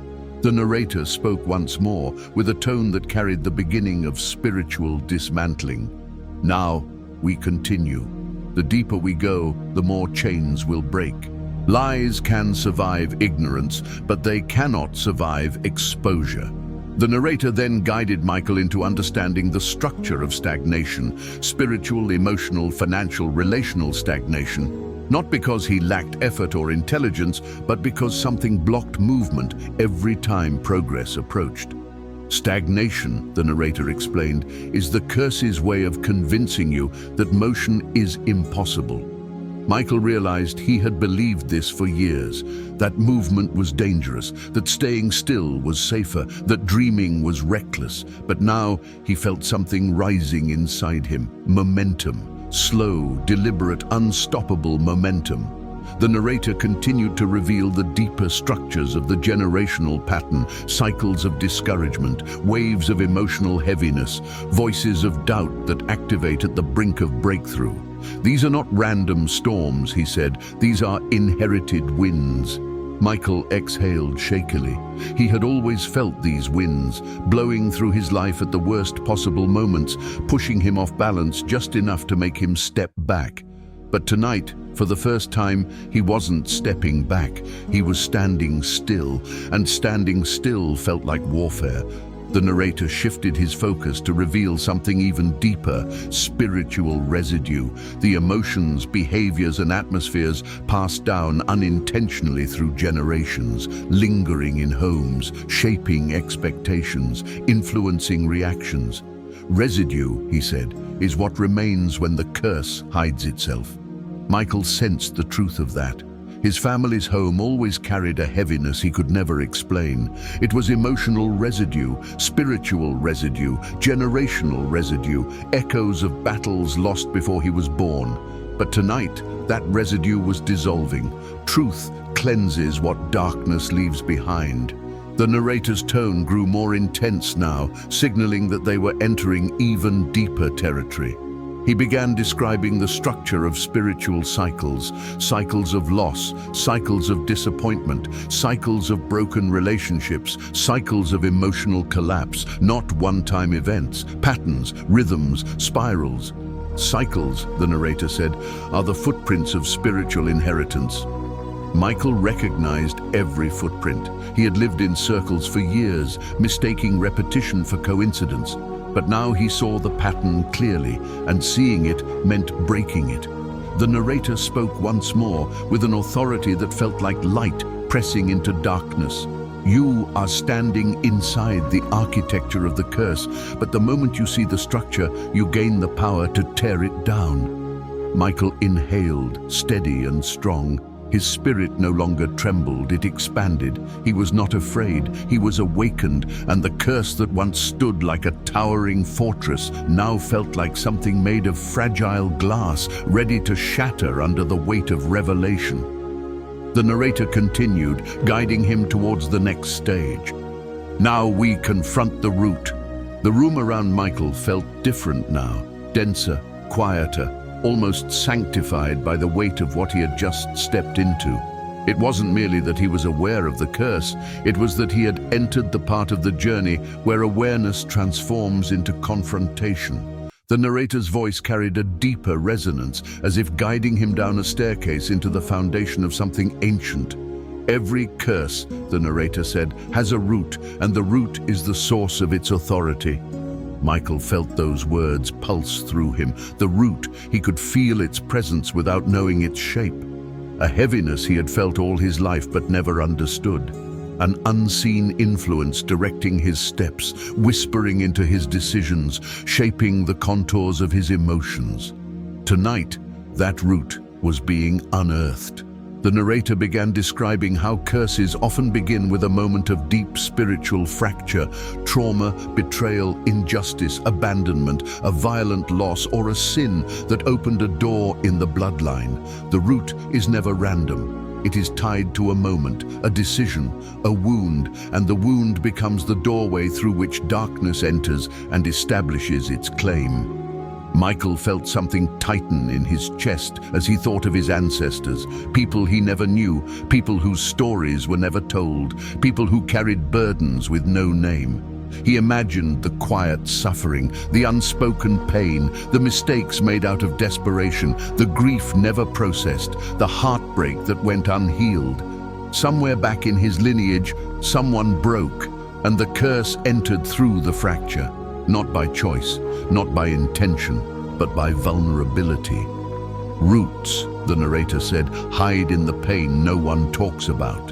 And for the first time in his life, Michael realized how much silence had shaped his family. The things they never said, the arguments they never resolved, the losses they never mourned, the traumas they never admitted. Silence had allowed darkness to grow roots. The narrator continued, unveiling how curses anchor themselves through emotional repetition. A wound becomes a belief becomes a behavior becomes a pattern becomes a legacy, and legacies become invisible prisons passed down like inheritance. Michael could feel his own life reflected in that sequence. Moments where he felt unworthy became beliefs about his identity. Beliefs became behaviors, pulling away from those who loved him, sabotaging potential, choosing fear over possibility. Behaviors became patterns, repeating relationships, repeating failures, repeating emotional spirals. And patterns formed the legacy he mistakenly believed was personality. But tonight, that legacy was being rewritten. The narrator explained how the root of a curse often disguises itself as something familiar: anger, sadness, insecurity, anxiety, poverty, addiction, abandonment, mistrust. But these were not the root. They were symptoms, branches, not the tree, shadows, not the source. The root, the narrator said, is deeper. It hides in the place where pain and belief meet. Michael felt that place inside himself. A moment from childhood surfaced, one he had forgotten or perhaps buried. A moment when he felt invisible, rejected, unnecessary. He never understood how deeply that moment shaped him, but now he could see how it carved a quiet wound in his heart. And the curse used that wound as an anchor point. He realized that many of the emotions he carried, fear, shame, unworthiness, had grown from wounds he never healed. The curse didn't create the wound created the invitation, and darkness accepted it. The narrator then spoke of ancestral agreements, words spoken in grief, curses uttered in anger, hopeless declarations spoken over families, words that gave authority to darkness because spiritual laws respond to what is spoken, not merely what is intended. Michael remembered phrases he heard throughout childhood: "We're cursed, nothing works out, we're not meant to be happy, this family is broken, some things never change." Those weren't just expressions of frustration, they were agreements that reinforced structures, agreements that watered the root, agreements that allowed the curse to remain. But tonight, every one of those sentences was losing power. Revelation breaks agreements, and revelation had been flooding him for almost an hour. The narrator guided him deeper into the spiritual mechanics of ancestry. He explained how wounds echo through the generations, how emotions replicate themselves in children who don't even understand their origins, how behaviors travel invisibly from one heart to another. "You have lived," the narrator said, "the unhealed stories of those who came before you." Michael felt that truth settle heavily inside him. He remembered nights when he felt emotions that didn't belong to him, grief that came out of nowhere, fear that had no source, sadness he could never explain. These were echoes, ghosts of ancestral wounds moving through his bloodline. But now, those ghosts were being confronted. The narrator spoke about spiritual inheritance, how blessings and curses alike travel through the family line, and how God always raises one person in each generation to confront what others could not. That person the narrator said, is often the one who feels the battle most intensely. Michael's breath trembled. It explained everything: the sensitivity, the heaviness, the restlessness, the feeling of carrying something he could never name. He wasn't weak, he was chosen to confront a root older than his lifetime, chosen to break a chain heavier than his own experiences, chosen to step into a battle designed for someone strong enough to finish it. The narrator explained how roots often remain hidden because pain teaches people to look away. But once the root is revealed, darkness loses its advantage because light always exposes what shadows try to disguise. Now, the narrator said, his voice lowering, we approach the root of your bloodline's curse. Not the branches, not the symptoms, the root. Michael felt everything inside him shift. His pulse slowed, his breathing steadied, his mind quieted. It felt like stepping into a sacred moment, a moment where everything invisible leaned in closer. The narrator continued, the root is what began the pattern, and the moment you confront it, the entire structure begins to fall. Michael felt his spirit brace. He had no idea what the root was, but he knew he was ready. The narrator's voice deepened, carrying the sound of spiritual authority. You have seen the patterns, you have felt the weight, you have endured the cycles. Now I will show you the source. Michael's body felt suddenly lighter, as though some internal burden had loosened its grip. He didn't know what was coming, but he knew this: the root was about to be revealed, and once revealed, it could never again control him.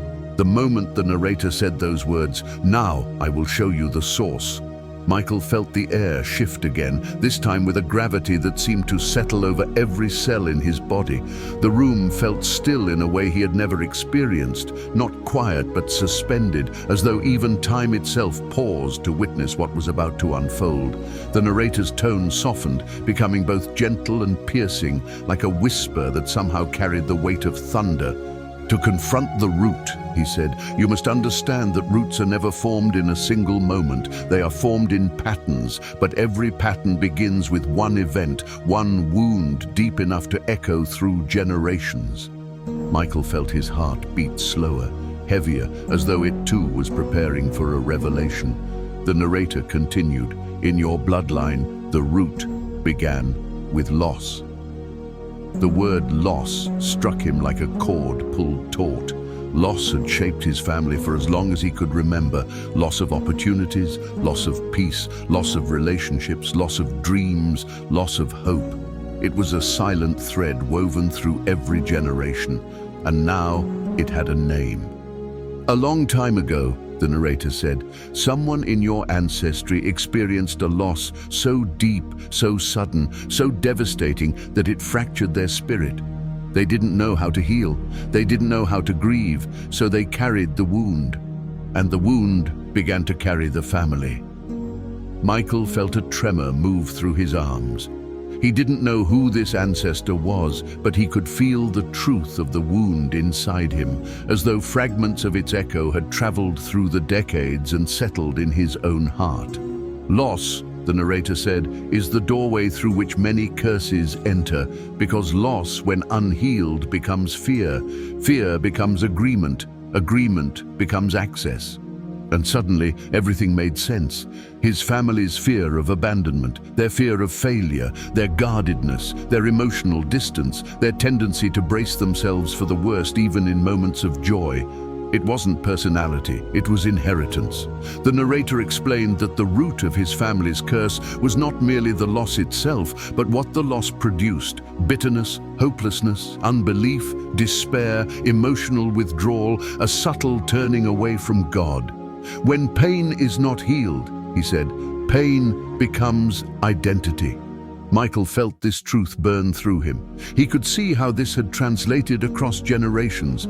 His grandmother's sadness, his mother's exhaustion, his father's resignation, his own internal battles, they were different expressions of the same root, a root planted in the soil of unhealed grief. The narrator guided him deeper, explaining how the curse gained power because the family began expecting loss, anticipating it, preparing for it, living as though disappointment was not a possibility, but a certainty. Expectation, the narrator said, is a spiritual agreement. Whatever you expect, you empower. Michael felt a shock of recognition ripple through him. His family always expected things to go wrong. They always prepared for the worst. They used phrases like, "Don't get your hopes up," as if hope itself was dangerous. He had inherited that expectation without questioning it. He lived with the fear of loss, even when nothing was being taken from him. It wasn't intuition, it was spiritual conditioning. But tonight, the narrator continued, you have broken agreement with loss. Michael felt another internal shift, like a deeper part of him was aligning with a truth he had never considered possible. The narrator began unveiling more layers of the root, explaining how the curse had attached itself to identity by convincing the family that they were cursed, unlucky, or destined for misfortune. Identity-based curses are often the strongest because they shape how a person interprets the world. Your family learned to survive, the narrator said, but never learned to overcome. Michael felt the truth of that. His family was resilient, strong, enduring, but they never walked in victory. They held themselves together through storms, but they never learned how to stop the storms. They adapted to pain instead of healing from it, and he had inherited their survival instinct, mistaking it for strength. But survival is not the same as freedom. The narrator's voice deepened. The root in your lineage is not just loss, it is the fear of loss. And fear is the soil where curses grow fastest.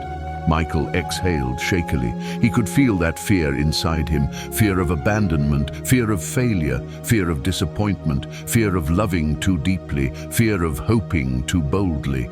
It governed him quietly. It whispered into his decisions. It shaped his expectations. It lived beneath his ribs like a ghost.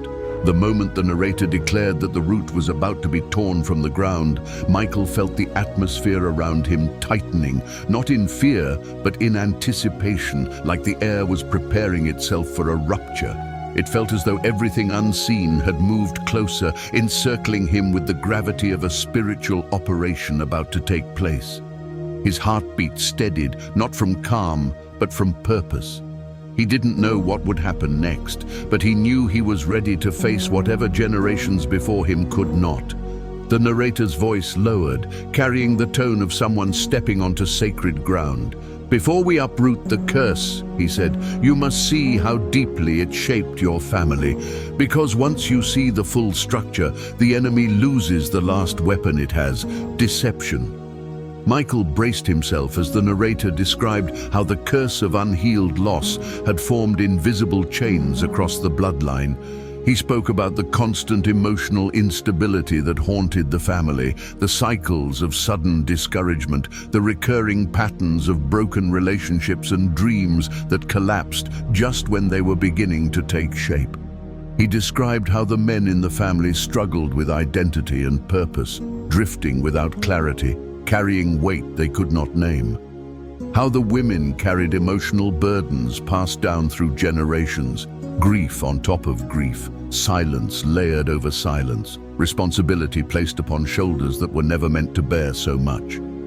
This, the narrator said, is the architecture of the root, and Michael saw it clearly. It wasn't just an idea anymore, it was a spiritual pattern mapped across decades.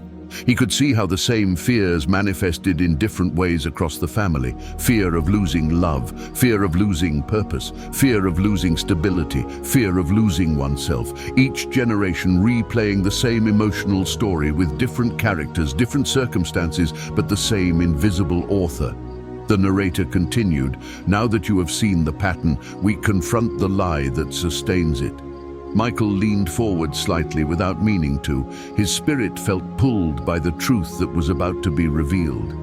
The lie, the narrator said slowly, is that loss is your destiny. Michael felt those words echo through him like thunder in a hollow chamber.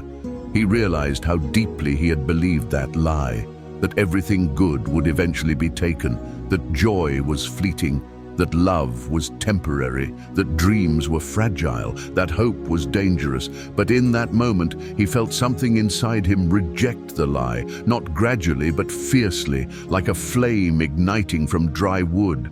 The narrator's tone sharpened, filled with authority. Loss is not your destiny. Loss was your inheritance because someone before you never healed. But you, right now, are breaking the inheritance of sorrow. Michael felt his eyes burn with emotion. He wasn't mourning, he wasn't grieving, he was awakening. The narrator continued, "A curse's root survives through one thing, agreement, but the moment you break agreement, the root begins to die." Michael felt a tremor move through his hands. Agreement. He had unknowingly agreed with the lie for years. He expected pain. He prepared for disappointment. He molded his decisions around fear, but awareness had broken the contract. Now the root was exposed, and what is exposed can no longer hide. The narrator's voice deepened. "Now we uproot the curse." Michael inhaled sharply. The atmosphere in the room grew heavier, thicker, charged with something that felt ancient and divine at the same time. He felt pressure in his chest. Not fear, not anxiety, but a spiritual force gathering strength inside him. "Close your eyes," the narrator instructed gently. Michael did. Darkness filled his vision, but it was not empty. It felt full, alive, like something was moving beneath the surface of his awareness. "I want you to picture the root of the curse," the narrator said. "Not with your mind, but with your spirit." Michael didn't know how to do that, but as he breathed slowly, something began forming inside his imagination. A dark shape, tangled and twisted, woven into the soil of his lineage, like a tree that grew sideways instead of upward. It pulsed faintly, almost like a heartbeat, feeding off the wounds of generations. "That," the narrator whispered, "is what has followed your family. That is what has tried to shape your destiny." Michael felt heat rise in his chest, a righteous anger he had never felt before. Not anger at people, but at the presence that stole from his family for so long. "Now," the narrator said, "you will uproot it, and when you do, every chain connected to it will break." Michael's heart pounded with purpose. He felt strength building inside him, as though revelation had become fuel. The narrator spoke slowly, guiding him into the moment. "Repeat quietly in your spirit, 'I reject the lie of loss.'" Michael did. He felt a sudden jolt inside, like a tension snapping. "Say it again," the narrator said. Michael repeated it, feeling the words vibrate through him with more force. "Now say, 'I break every agreement made with loss.'" Michael whispered it, and this time he felt something heavy lift from his chest, as though invisible hands had unclenched their grip. "And now say, 'This ends with me.'" Michael said it with conviction, and the moment he did, the dark shape in his mind's eye began to tremble violently, as though the ground around it was shaking. The narrator continued, "Now pull it, not with your hands, with your authority." Michael felt a surge of courage rise inside him. In his spirit, he gripped the root, not physically but spiritually, and began to lift. At first it resisted, it fought, it clung to the soil of generations, but he kept pulling. He pulled through the weight of pain his family never healed. He pulled through the fear they lived with. He pulled through the agreements spoken over them, and suddenly, with a force that felt like a shockwave, the root tore free. Michael gasped aloud, and at that moment he felt it, chains breaking, darkness dissolving, a spiritual pressure collapsing like a structure losing its foundation. The narrator's voice came through clear and triumphant. "The root is broken." Michael felt tears stream down his face, not from sadness, but from relief so overwhelming it felt like light filling every hollow space inside him. He could feel the freedom spreading through him, like a weight he had carried his entire life finally releasing its hold.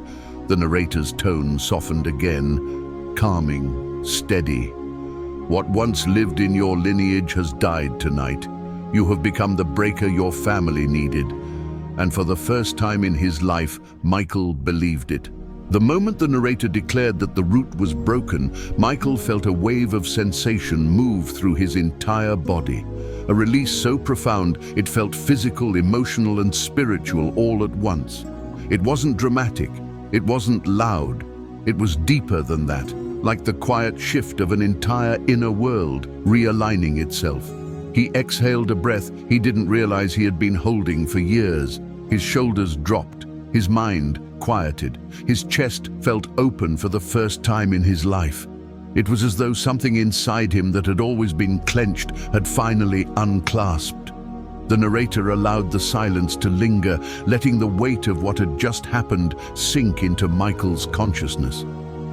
"This," he finally said, "is the feeling of a spiritual structure collapsing." Michael felt the truth of it. He didn't feel weak. He felt lighter. He didn't feel empty.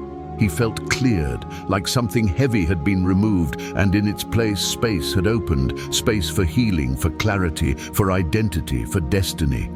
The narrator continued with a softness that carried immense authority.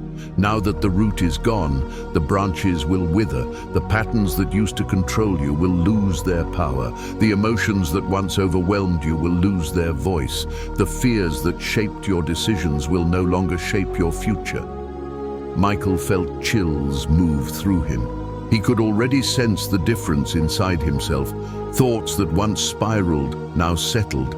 Emotions that once surged uncontrollably now felt manageable, distant, weakened.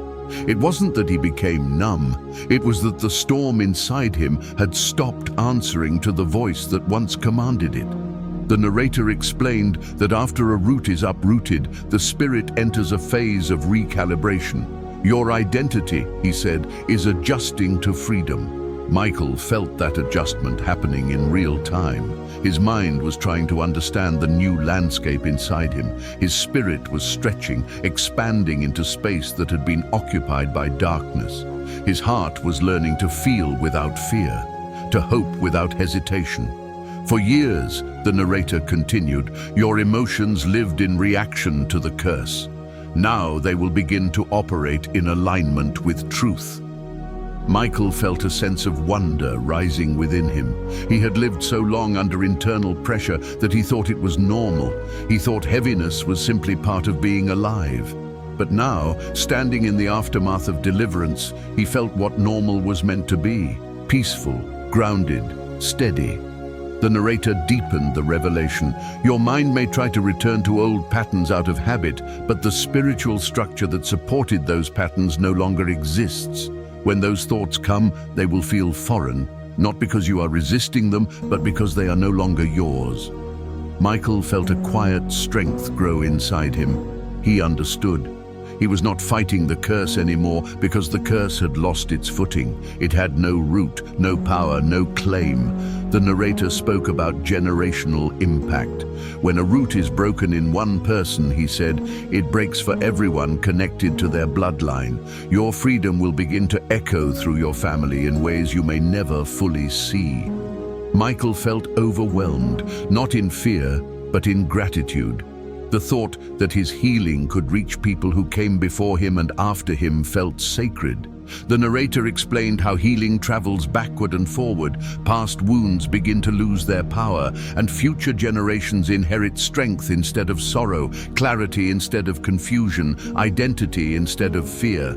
"Tonight," the narrator said, "your children, born or unborn, became free." Michael felt his throat tighten. He didn't have children yet, but the thought that they would never carry the weight he did filled him with a sense of purpose he had never experienced before. The narrator guided him deeper into the revelation of identity. "Now that the curse is broken," he said, "you will begin to see yourself clearly for the first time." Michael knew this was true. He could already feel the subtle but undeniable shift in how he perceived himself. Not as someone trying to outrun shadows, but as someone stepping into light. The narrator continued, "The heaviness you lived with will no longer define your emotions. The confusion that clouded your decisions will no longer shape your path. The fear of loss will no longer influence your relationships. You are no longer living from the wound. You are living from the healing." Michael felt an overwhelming sense of relief, like his entire being was exhaling with him. He felt strong, not because he gained something new, but because something ancient and destructive had been removed. The narrator explained the aftermath of deliverance. "You may notice in the coming days," he said, "that situations which once triggered anxiety will no longer have the same effect. You may find yourself calm in moments where you used to panic. You may notice that the emotional patterns that once defined you no longer feel natural." Michael nodded, feeling the truth of it settling inside him like a promise. The narrator's voice grew firm again, filled with sacred authority. "You will begin to walk differently, speak differently, choose differently, hope differently, because freedom rewrites identity." Michael felt empowered in a way he never had. His mind felt clearer, his spirit felt anchored, his heart felt alive. The narrator shifted into the prophetic tone that defined so many moments in the journey. "What once pursued your family," he said, "will no longer pursue you. Tonight you did what no one in your lineage knew how to do. You faced the darkness, named it, uprooted it, and replaced it with truth." Michael felt tears streaming again, not from sadness, but from the awareness of what had truly happened. The narrator ended the moment with a statement that anchored itself deep into Michael's soul. "You are no longer the continuation of a curse, you are the beginning of a legacy." Michael felt this truth resonate within him like the sound of a bell ringing through a vast chamber, a legacy, not of pain, not of loss, but of freedom. He knew everything from this moment forward would be different for him, for his family, for generations to come. As the weight of what had just happened settled over Michael, he found himself breathing differently. Each inhale felt fuller, deeper, unhindered by the invisible pressure that had once lived beneath his ribs. Each exhale felt like a release of something he had carried unconsciously for years. He didn't feel empty. He felt spacious, as though his spirit now had room to expand into the parts of himself that had been restricted by the curse. The narrator's voice returned with a calm authority that felt almost like a hand resting on his shoulder. "Now that the root has been removed," he said, "your spirit will begin to remember what freedom feels like." The words resonated inside Michael with astonishing clarity. Freedom did not enter him as a sudden explosion, but as a steady unfolding, a gentle awakening in places that had long been dormant. It felt like light filling corridors inside him he never knew existed. The narrator explained how deliverance does not simply remove darkness, it reveals identity. "You will begin to sense parts of yourself rising to the surface," he said, "parts that were buried beneath fear, shame, and generational patterns."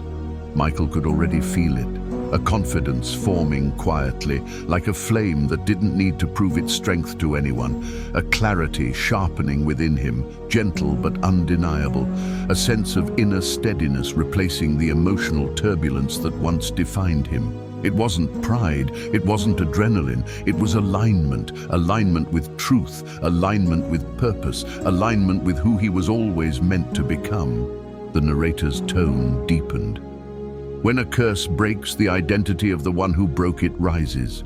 Michael felt a surge of energy ripple through him. It wasn't external, it wasn't emotional, it was spiritual, a quiet authority awakening, subtle but powerful, like the feeling of stepping onto solid ground after walking for years on trembling earth. The narrator continued, "You will notice that decisions which once overwhelmed you will now feel clearer. Situations that once triggered fear will lose their power. Thoughts that once led you into cycles will dissolve before they gain momentum." Michael knew this was already happening. He felt more stable in himself than he had in years. He wasn't waiting for something to collapse. He wasn't bracing for disappointment. He wasn't anticipating emotional storms. Instead, he felt grounded, like a tree newly freed from the rot that once surrounded its roots. The narrator revealed another layer of the transformation. "Your spirit," he said, "is entering a phase of rebuilding."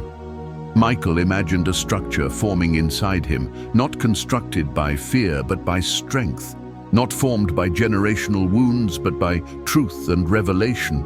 The narrator explained how healing flows through stages: revelation, breaking, rebuilding, and realignment. "You have passed through revelation," he said. "You have uprooted the curse. Now your soul will begin to rebuild itself around who you truly are." Michael felt a warmth spreading through his chest, not emotional warmth, but spiritual restoration. He could sense parts of him reconnecting, hope linking back to desire, desire linking back to purpose, purpose linking back to identity. For the first time in his life, his inner world wasn't at war with itself. The narrator continued unveiling the process. "You may begin to feel a new sensitivity," he said. "Not the sensitivity of fear, but the sensitivity of discernment." Michael understood this immediately. The heaviness that once entered rooms before he saw it, the tension he felt around certain people, the intuitive sense of danger he never understood. It was not weakness. It was spiritual discernment trapped beneath fear. Now that fear was removed, discernment would become clarity instead of anxiety. "Your spirit," the narrator explained, "will no longer confuse discernment with danger." Michael felt that truth settle inside him. He would no longer interpret intuition as fear.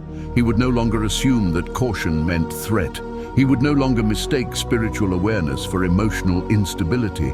The narrator guided him deeper. "As you move forward from this moment," he said, "your relationships will begin to shift as well." Michael had expected this, but hearing it spoken with spiritual authority made it feel more real.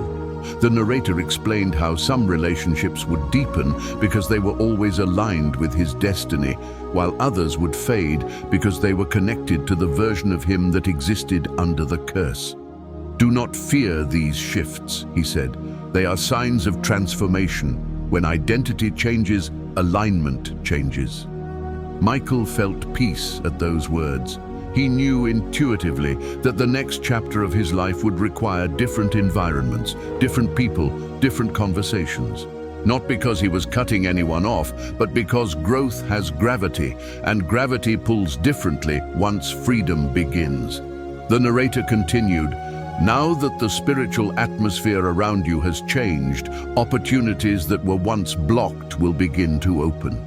Michael felt something stir inside him, hope, but not the fragile kind he used to fear, a stable, grounded hope, a hope that felt anchored. The narrator explained how curses often create invisible ceilings, preventing a person from fully stepping into purpose.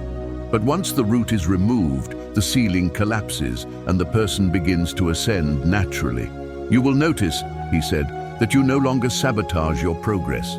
You no longer postpone your calling. You no longer shrink yourself to fit the expectations of others."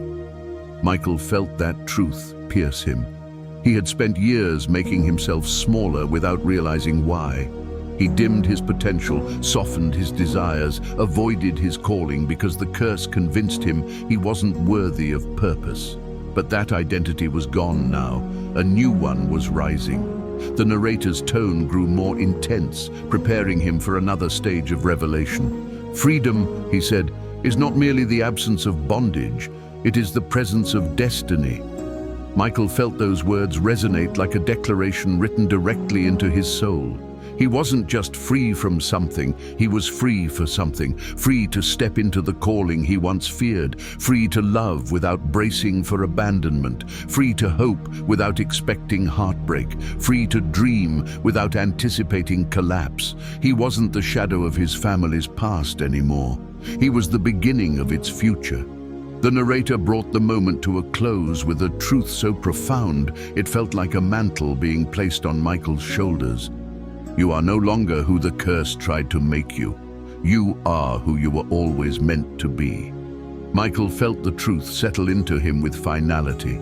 The old identity fell away completely. The new one took root, and for the first time, he truly felt it. He was free. As Michael sat in the quiet after the breaking, he felt a stillness forming inside him that didn't feel empty or silent. It felt alive.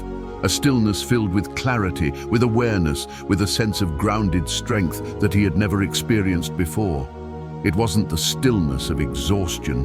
It wasn't the stillness of shock. It was the stillness of someone who had finally stepped out of a storm and realized the ground beneath him was solid, unmoving, unshakable. The narrator allowed this moment to settle before continuing, his voice steady and enveloped in a warmth that felt like reassurance. "Now," he said, "you will begin to see who you are without the curse shaping your lens." Michael felt these words penetrate him deeply. He had lived so long interpreting his emotions, his thoughts, his relationships, and his decisions through the distorted lens of generational pain that he didn't actually know what life looked like through clarity. But now, clarity was rising like dawn after a long night. The narrator explained that identity after deliverance emerges in layers. "You will discover strength in places you once felt weak," he said. "You will find confidence in areas where fear once lived. You will recognize purpose in what once felt meaningless." Michael felt this beginning inside him. There was a new sturdiness in his chest, a groundedness in his mind, as though his spirit had finally anchored into truth. The thoughts that arose inside him no longer came from fear, but from direction, no longer from insecurity, but from intention, no longer from survival, but from purpose. The narrator deepened the revelation, explaining how after a curse breaks, the spirit begins to reclaim territory. "There are parts of you," he said, "that were suppressed, muted, dimmed, silenced. Now they will begin to rise." Michael felt this awakening happening. Courage, steady, quiet courage, was rising. Clarity, sharp, focused clarity was forming. Desire, holy, purposeful desire was awakening. For the first time, he wasn't afraid of what could go wrong. He was focused on what could finally go right. The narrator continued, "The version of yourself that the curse suppressed is now stepping forward, and this version of you carries authority." Michael felt that authority stirring within him. It wasn't arrogance, it wasn't pride, it was alignment with truth, divine truth, ancestral truth, personal truth. It was the realization that he had been fighting shadows his entire life without knowing how much strength lived inside him. Now, the shadows were gone, and his strength had space to breathe. The narrator explained how generational curses often create identity confusion. They distort the way a person sees themselves, causing them to underestimate their worth or misinterpret their calling. "But now," he said, "you will begin to see your life with divine perspective." Michael felt something click inside him at those words. Divine perspective. Perspective not shaped by fear or pain, but by purpose. Perspective not filtered through wounds, but through healing. Perspective not limited by what was lost, but expanded by what was gained. The narrator's tone carried depth again. "You will notice that the desires in your heart will begin to align with your calling. The things you once avoided out of fear will now feel like invitations. The dreams you pushed away will return, not as fantasies, but as assignments." Michael felt that truth ignite within him. There were dreams he once held close but eventually buried because the fear of disappointment outweighed the hope of fulfillment. But now he could feel those dreams stirring again, not fragile, not shaky, but strong and anchored. The narrator guided him further. "Your relationships will also shift. People who drained you emotionally will lose access. People who resonate with your purpose will draw near. Connections that once felt heavy will feel lighter. Conversations that once confused you will become clear." Michael understood this intuitively. He had been tied emotionally to patterns he didn't choose, but those ties had been cut. Now, connections could form from truth instead of trauma. Love could grow from healing instead of fear. The narrator continued, "You will begin to set boundaries effortlessly, not from defense, but from identity." Michael felt a sense of empowerment settle over him. Setting boundaries used to feel like conflict. Now it felt like clarity. It wasn't about rejecting people, it was about protecting his assignment. The narrator spoke with increasing authority. "You will begin to attract experiences that align with your healed identity. Opportunities will open where there were none. Strength will replace hesitation. Peace will replace anxiety. Direction will replace confusion." Michael felt his chest warm with recognition. He always sensed there was a version of himself waiting on the other side of fear, a version who walked with certainty, who loved without fear of abandonment, who pursued purpose without shrinking back. That version was stepping forward now. The narrator continued unveiling deeper truths.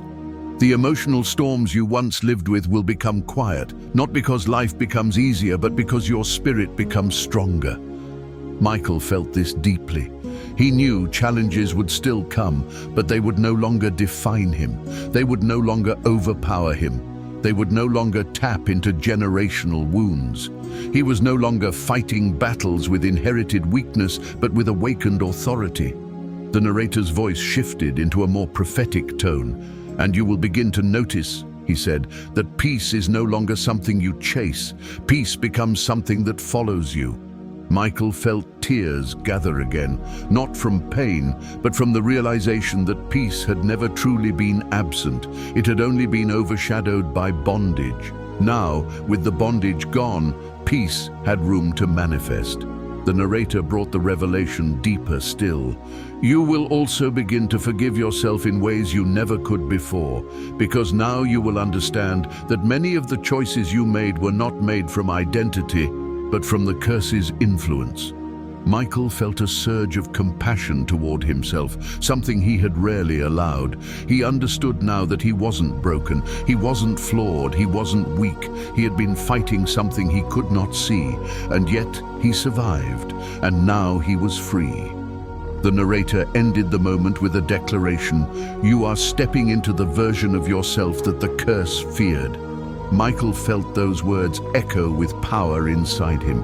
He understood exactly what they meant. He was no longer living as a continuation of generational patterns. He was living as the interruption, the turning point, the shift, the beginning of a new lineage, a new story, a new identity. And in that moment, he realized something profound. He wasn't just free, he was becoming someone the curse hoped would never rise. As Michael continued sitting in the quiet weight of his transformation, he felt something new rising within him.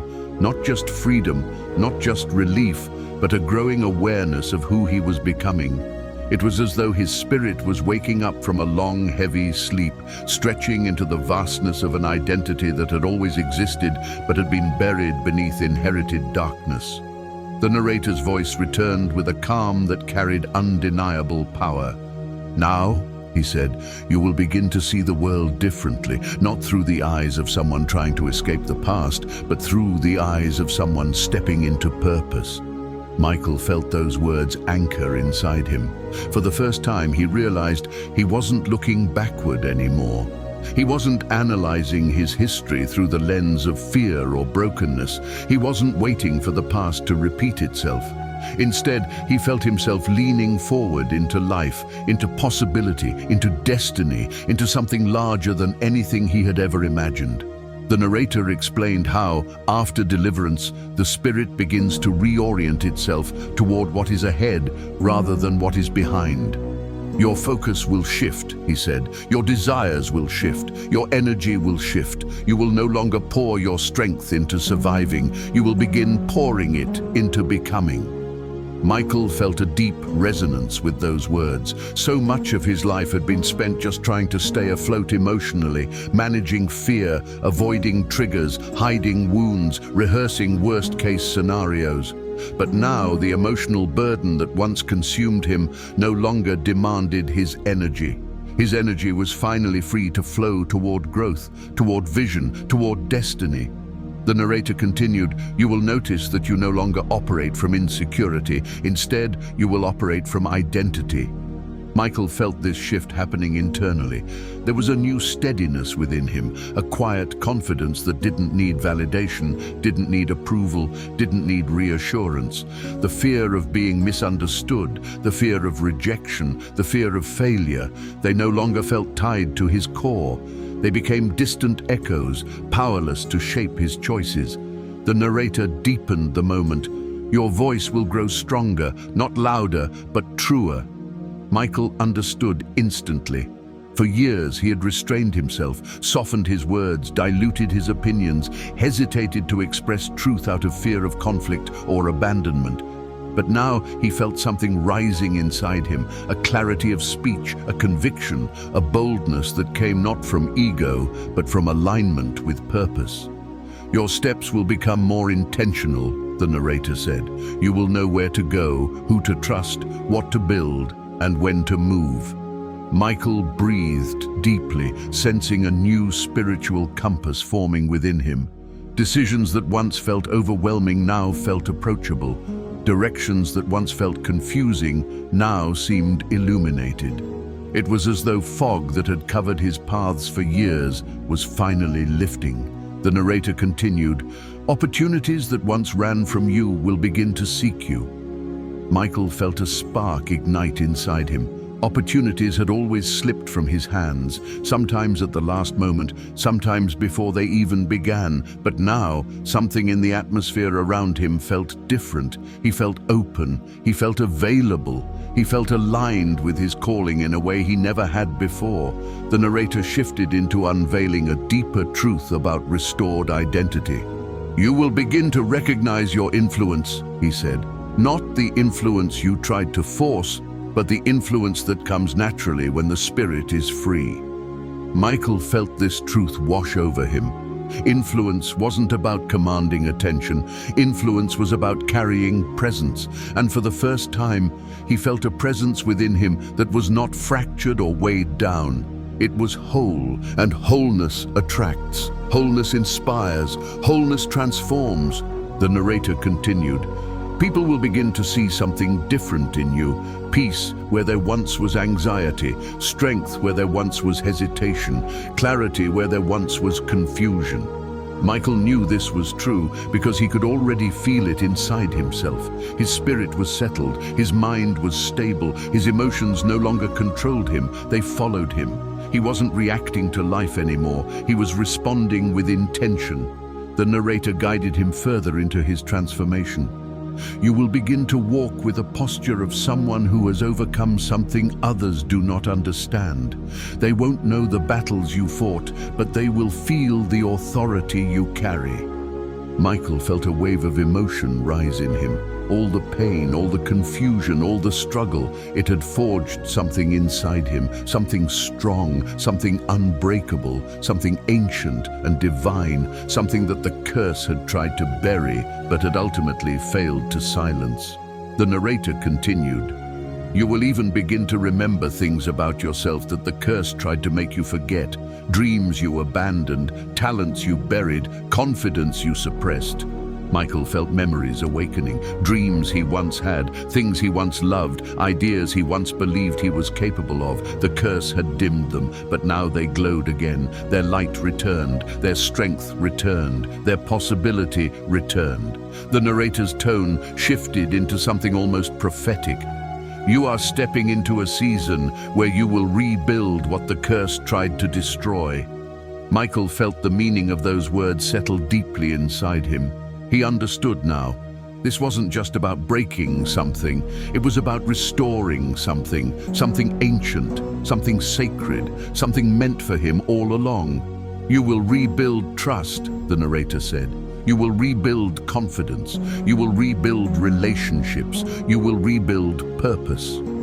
Michael felt tears gather again, but this time they weren't from pain, they were from recognition. He wasn't just free. He was being rebuilt, renewed, reconstructed, and everything being built now was rooted in truth, not trauma.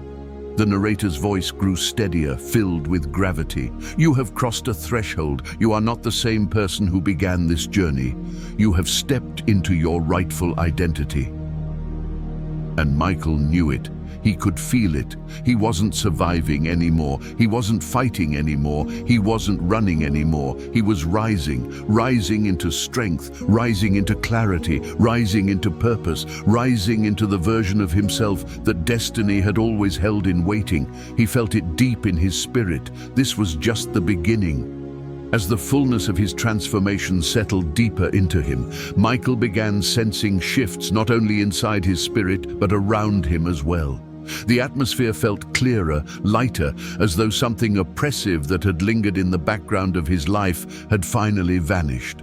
It wasn't just internal peace, it was environmental peace. The kind of peace that changes the temperature of a room, the kind of peace that makes silence feel alive instead of empty. He breathed in deeply, and for the first time, the air didn't feel heavy. It felt open, spacious, almost new. The narrator's voice returned with a steady calm, acknowledging what was happening in the unseen realm. When a curse breaks, he said, the spiritual atmosphere around you begins to shift. Everything that once resisted you begins to release its grip. Everything that once opposed you loses its authority. Michael felt this truth resonate through him like a wave. He could sense something around him had surrendered, something that had watched him silently for years, something that had whispered in moments of weakness, something that had shaped experiences without permission, and now it was gone, truly gone. The narrator continued, "You will notice in the coming days that the heaviness you used to feel when you woke up in the morning will no longer be there. The sudden waves of discouragement that used to appear for no reason will lose their power. The urge to retreat, to hide, to protect yourself from imagined future pain will begin to dissolve." Michael felt emotions swell in his chest. For years he had woken up to a heaviness he couldn't explain, a shadow that followed him even before his day began. He had grown so accustomed to it that it became a part of his routine. But now, thinking of waking up without that weight felt almost unreal, like imagining a life he never thought he deserved. The narrator deepened the revelation. Your thoughts will become clearer, your emotions will become balanced, your spirit will feel grounded. It is not that life becomes easier, it is that your internal world becomes aligned. Michael felt that alignment beginning inside him. His mind no longer felt like a battlefield with competing voices pulling him in different directions. Instead, there was a single, steady voice rising, his own, anchored in truth. The narrator continued, "And the enemy that once tormented your family will now fear you." These words hit Michael with an unexpected force. Fear him? It felt impossible, yet something inside him recognized the truth immediately. When someone breaks a curse, their authority increases. Their presence carries weight. Their spirit emits a strength that darkness cannot stand against. "You will walk into rooms," the narrator said, "and the atmosphere will shift because of the freedom you carry." Michael felt chills down his arms. He had always been sensitive to environments, but now that sensitivity would transform into discernment, and that discernment would become influence. He would no longer absorb heaviness. He would carry light. The narrator revealed an even deeper truth. The battles that once drained you will lose access to you. The emotional triggers that once overwhelmed you will lose their grip. The familiar shadows that visited you in moments of weakness will no longer recognize you. Michael felt his breath catch. "No longer recognize you." Those words sank into him with profound meaning. He had changed spiritually, fundamentally, deeply. He no longer carried the identity that darkness once targeted. He was no longer marked by generational sorrow. He was no longer shaped by ancestral wounds. He was no longer vulnerable to the same attacks. He was spiritually unrecognizable to what once hunted him. The narrator continued with quiet power. "You have stepped into a new spiritual authority. This authority does not come from emotion. It does not come from effort. It comes from identity." Michael felt this settle into him, like truth etched into his bones. Authority not based on how strong he felt, but on who he had become. Authority not based on past battles, but on present freedom. Authority that darkness could not dispute because it was rooted in divine intention. The narrator guided him deeper into understanding the spiritual aftermath. "Your presence will bring calm to those who lack peace. Your words will carry weight in moments where others feel lost. Your spirit will bring clarity to environments filled with confusion. This is the mantle of someone who has broken what others could not." Michael absorbed every word. He had spent years feeling like a burden, like someone who struggled more than others, like someone who drained instead of uplifted. But now he saw that his sensitivity had always been training. What once overwhelmed him would now empower him. What once weakened him would now strengthen him.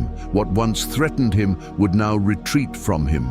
The narrator continued, "You will notice that your intuition becomes sharper, not from anxiety but from wisdom, not from fear but from discernment. You will feel when something is wrong, you will feel when something is right, and you will trust it without second-guessing yourself." Michael felt this truth awaken something deep within him. He had spent years doubting himself, doubting his instincts, doubting his perceptions, because the curse distorted everything he felt.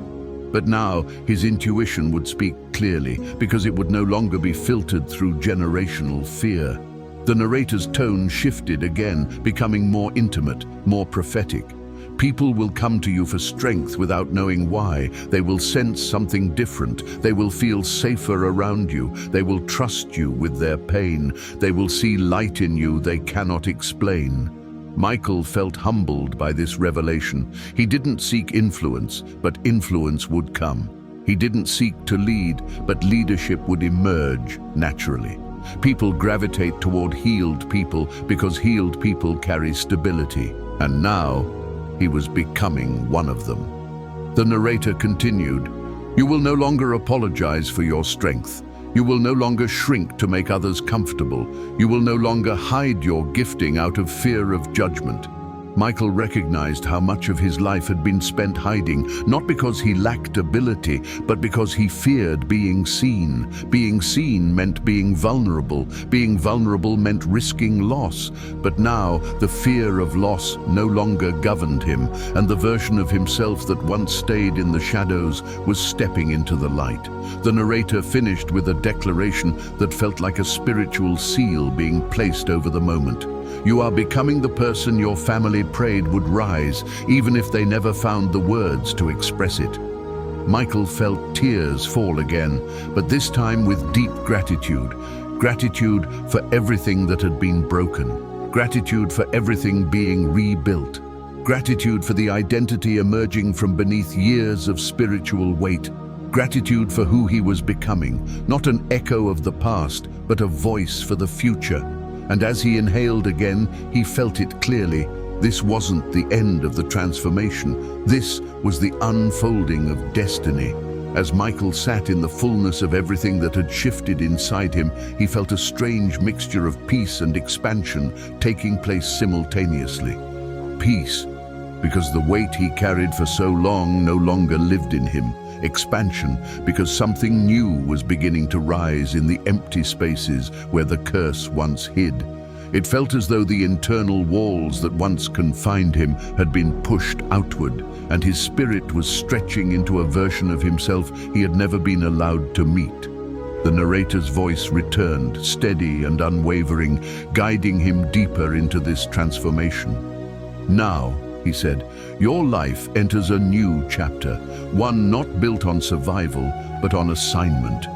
Michael felt that word, assignment, settle heavily in his chest, not as a burden, but as a recognition. For years he had felt restless, sensing an unseen purpose tugging at him, even when he couldn't give it shape. He had felt called to something, but overshadowed by a weight he didn't understand. Now he realized the curse had been resisting his assignment, and now that it was broken, the assignment could finally begin. The narrator continued, unveiling the truth. "You were not meant to repeat the patterns of your family. You were meant to interrupt them." Michael felt a surge of purpose rise in him. Everything he had endured suddenly made sense, not as misfortune, but as preparation. Warriors are not born in comfort, they are born in storms, and he had survived storms he didn't understand because they were shaping him for the spiritual role he had just stepped into. "You were never too sensitive," the narrator said. "You were spiritually aware. You felt the weight of the curse because you were the one chosen to end it." Michael's breath trembled at the truth of it. The emotions he once viewed as weakness were glimpses of the unseen. His intuition, his heaviness, his emotional depth, they had been indicators of spiritual calling all along. What once felt like fragility now revealed itself as gifting. What once felt like burden now revealed itself as purpose. The narrator guided him into deeper understanding. When a generational breaker rises, Everything around them must adjust: relationships, environments, opportunities, even their own internal world. Michael could feel this happening already. He sensed that parts of his life that once made sense would no longer fit. He sensed that certain relationships would evolve or fade. He sensed that the environments he tolerated out of survival would no longer align with his healed identity. He sensed that destiny was rearranging his path. "You will begin to desire different things," the narrator said. "You will feel drawn to new places. You will become aware of new callings." Michael felt this truth resonate. His desires were shifting already. The things that once drained him no longer felt appealing. The things he once feared now felt possible. Dreams he buried were surfacing again, this time with clarity and direction. The narrator deepened the moment. "Your voice will change. It will no longer tremble with uncertainty. It will carry the steadiness of someone who has walked through darkness and emerged with light." Michael knew exactly what this meant. He would no longer speak from wounds. He would speak from healing. He would no longer speak from fear. He would speak from truth. And people would feel that truth, not because he forced it, but because he embodied it. The narrator explained how spiritual authority manifests. "When you walk into places," he said, "your spirit will shift the environment, not through effort, but through presence." Michael felt humbled by this. Spiritual authority was not loud, it was not dramatic, it was quiet, steady, unmistakable. And he could feel that authority forming inside him, rising like a tide. The narrator continued, "Your past will no longer intimidate you. Your future will no longer overwhelm you. You will walk with the clarity of someone who knows what has been defeated and what now awaits." Michael felt a sense of inner alignment, something he had never felt so strongly. He no longer viewed his past as evidence of failure.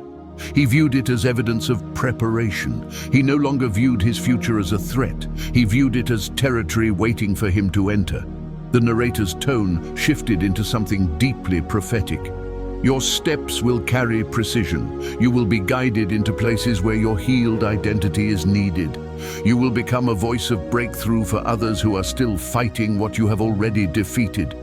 Michael felt emotions swell inside him again, not from pain, but from the awareness of responsibility. He understood now that his healing wasn't just personal, it was generational, and it was missional. The narrator continued unfolding revelation. "Doors that once ignored you will now open. Not because you changed your appearance or your effort, but because you changed your spiritual posture." Michael knew this was true. He could feel something within him standing taller, not outwardly but internally. A confidence rooted in truth rather than performance. A strength rooted in identity rather than survival. The narrator explained the shift one more time. "You are not entering a season of trying. You are entering a season of becoming." Michael breathed deeply, letting those words settle like a mantle over him. A season of becoming. Becoming who he was always meant to be, becoming what his bloodline needed, becoming the healed version of himself that destiny had been waiting for. The narrator's voice softened, but carried a powerful certainty. "From this moment forward, you will walk with authority. You will pray with authority. You will speak with authority. You will love with authority. Because freedom carries authority. Authority darkness cannot challenge." And Michael felt that authority saturate him completely. He didn't need to force it. He didn't need to prove it. He simply needed to walk in it. The narrator concluded the moment with a truth that echoed like a seal over everything that had been spoken. "You are not just healed, you are commissioned." Michael felt his entire being resonate with that statement. Not healed to sit still, healed to move, healed to rise, healed to become the shift his lineage had been waiting for. And as he breathed again, he knew this chapter of his life had already begun. As Michael sat with the weight of the final revelation settling into his spirit, he felt something he had never fully experienced before, a sense of completion, as though a chapter that had been open for generations had finally reached its final sentence. It was not the end of his journey, but the end of the war that shaped the beginning of his life. The narrator's voice returned, softer now, no longer carrying the intensity of confrontation or the force of revelation. Instead, it carried the steady assurance of someone guiding another onto new ground. "What happened tonight," he said, "was not a moment. It was a shift, a realignment, a spiritual reordering of everything connected to your name." Michael felt that truth deep within him. He was aware, not intellectually but spiritually, that he would never view himself the same way again. The heaviness that once overshadowed him was gone. The fear that once whispered into his choices was silent. The weight of generational sorrow no longer lived in his bones. He felt lighter, but not fragile. Lighter because the burden he carried was lifted, stronger because the identity he carried was restored. The narrator continued, "You will wake up tomorrow and feel different. You will think differently. You will move differently. Not because you tried to change, but because freedom has changed you." Michael breathed deeply, steady and calm. He felt ready, not just to live, but to rise, ready to build, ready to dream, ready to walk into the version of his life that had been waiting behind the veil of bondage all these years. The narrator explained how the days ahead would unfold. You will begin to notice signs of your transformation, peace in moments where anxiety once ruled, clarity where confusion once lived, strength where weakness once whispered. Michael felt encouraged by this. The transformation would not fade, it would unfold, it would grow, it would deepen, it would root itself into every part of his being until freedom became the new normal. The narrator continued, "Your relationships will shift, your choices will shift, your environment will shift. Everything around you will begin to reflect who you are now, not who you used to be." Michael understood this intuitively. Freedom changes gravity. It draws different people, different opportunities, different paths. He wasn't walking into the next season carrying the weight of the past. He was entering it carrying authority. The narrator's tone grew warm, almost proud. "You have done something few ever do. You confronted what your ancestors could not. You broke what others lived under. You stood where others fell. And because of you, generations after you will live differently." Michael felt humbled by it, yet empowered. He wasn't just a survivor of generational patterns, he was the one who ended them, the one who changed the story, the one who refused to inherit sorrow and chose instead to inherit purpose. The narrator guided him into the final truth of the journey. Your identity is no longer shaped by the wounds of the past, it is shaped by the calling on your life, and that calling begins now. Michael felt a sensation of quiet strength settle over him like a mantle, a covering, a commissioning, a declaration over his future. He wasn't alone anymore. He wasn't lost anymore. He wasn't bound anymore. He was stepping into destiny with clarity, peace, and authority. And then, with a gentle certainty, the narrator brought the journey to its closing moment. Before you leave this video, take a moment to breathe and recognize who you have become. You are not the person who pressed play, you are the person who rose. Michael inhaled deeply, letting the moment imprint itself on his soul. Something in him had indeed risen, something ancient, something divine, something strong. As the narrator prepared to close, his tone shifted into an invitation, guiding the audience into continued transformation. If you want to go deeper, if you want to continue this journey of healing, clarity, and spiritual breakthrough, I invite you to watch the other videos on this channel. Each one carries revelation, restoration, and truth designed to strengthen your spirit as you walk this new path.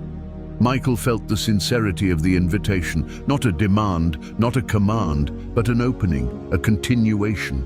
The narrator finished with a final affirmation, sealing the journey. You are free, you are chosen, you are becoming, and this truly ends with you. And as the screen faded into silence, Michael knew, not hoped, not wondered, but knew that his life would never return to what it once was. Something ancient had fallen, something eternal had awakened, and his story was only just beginning.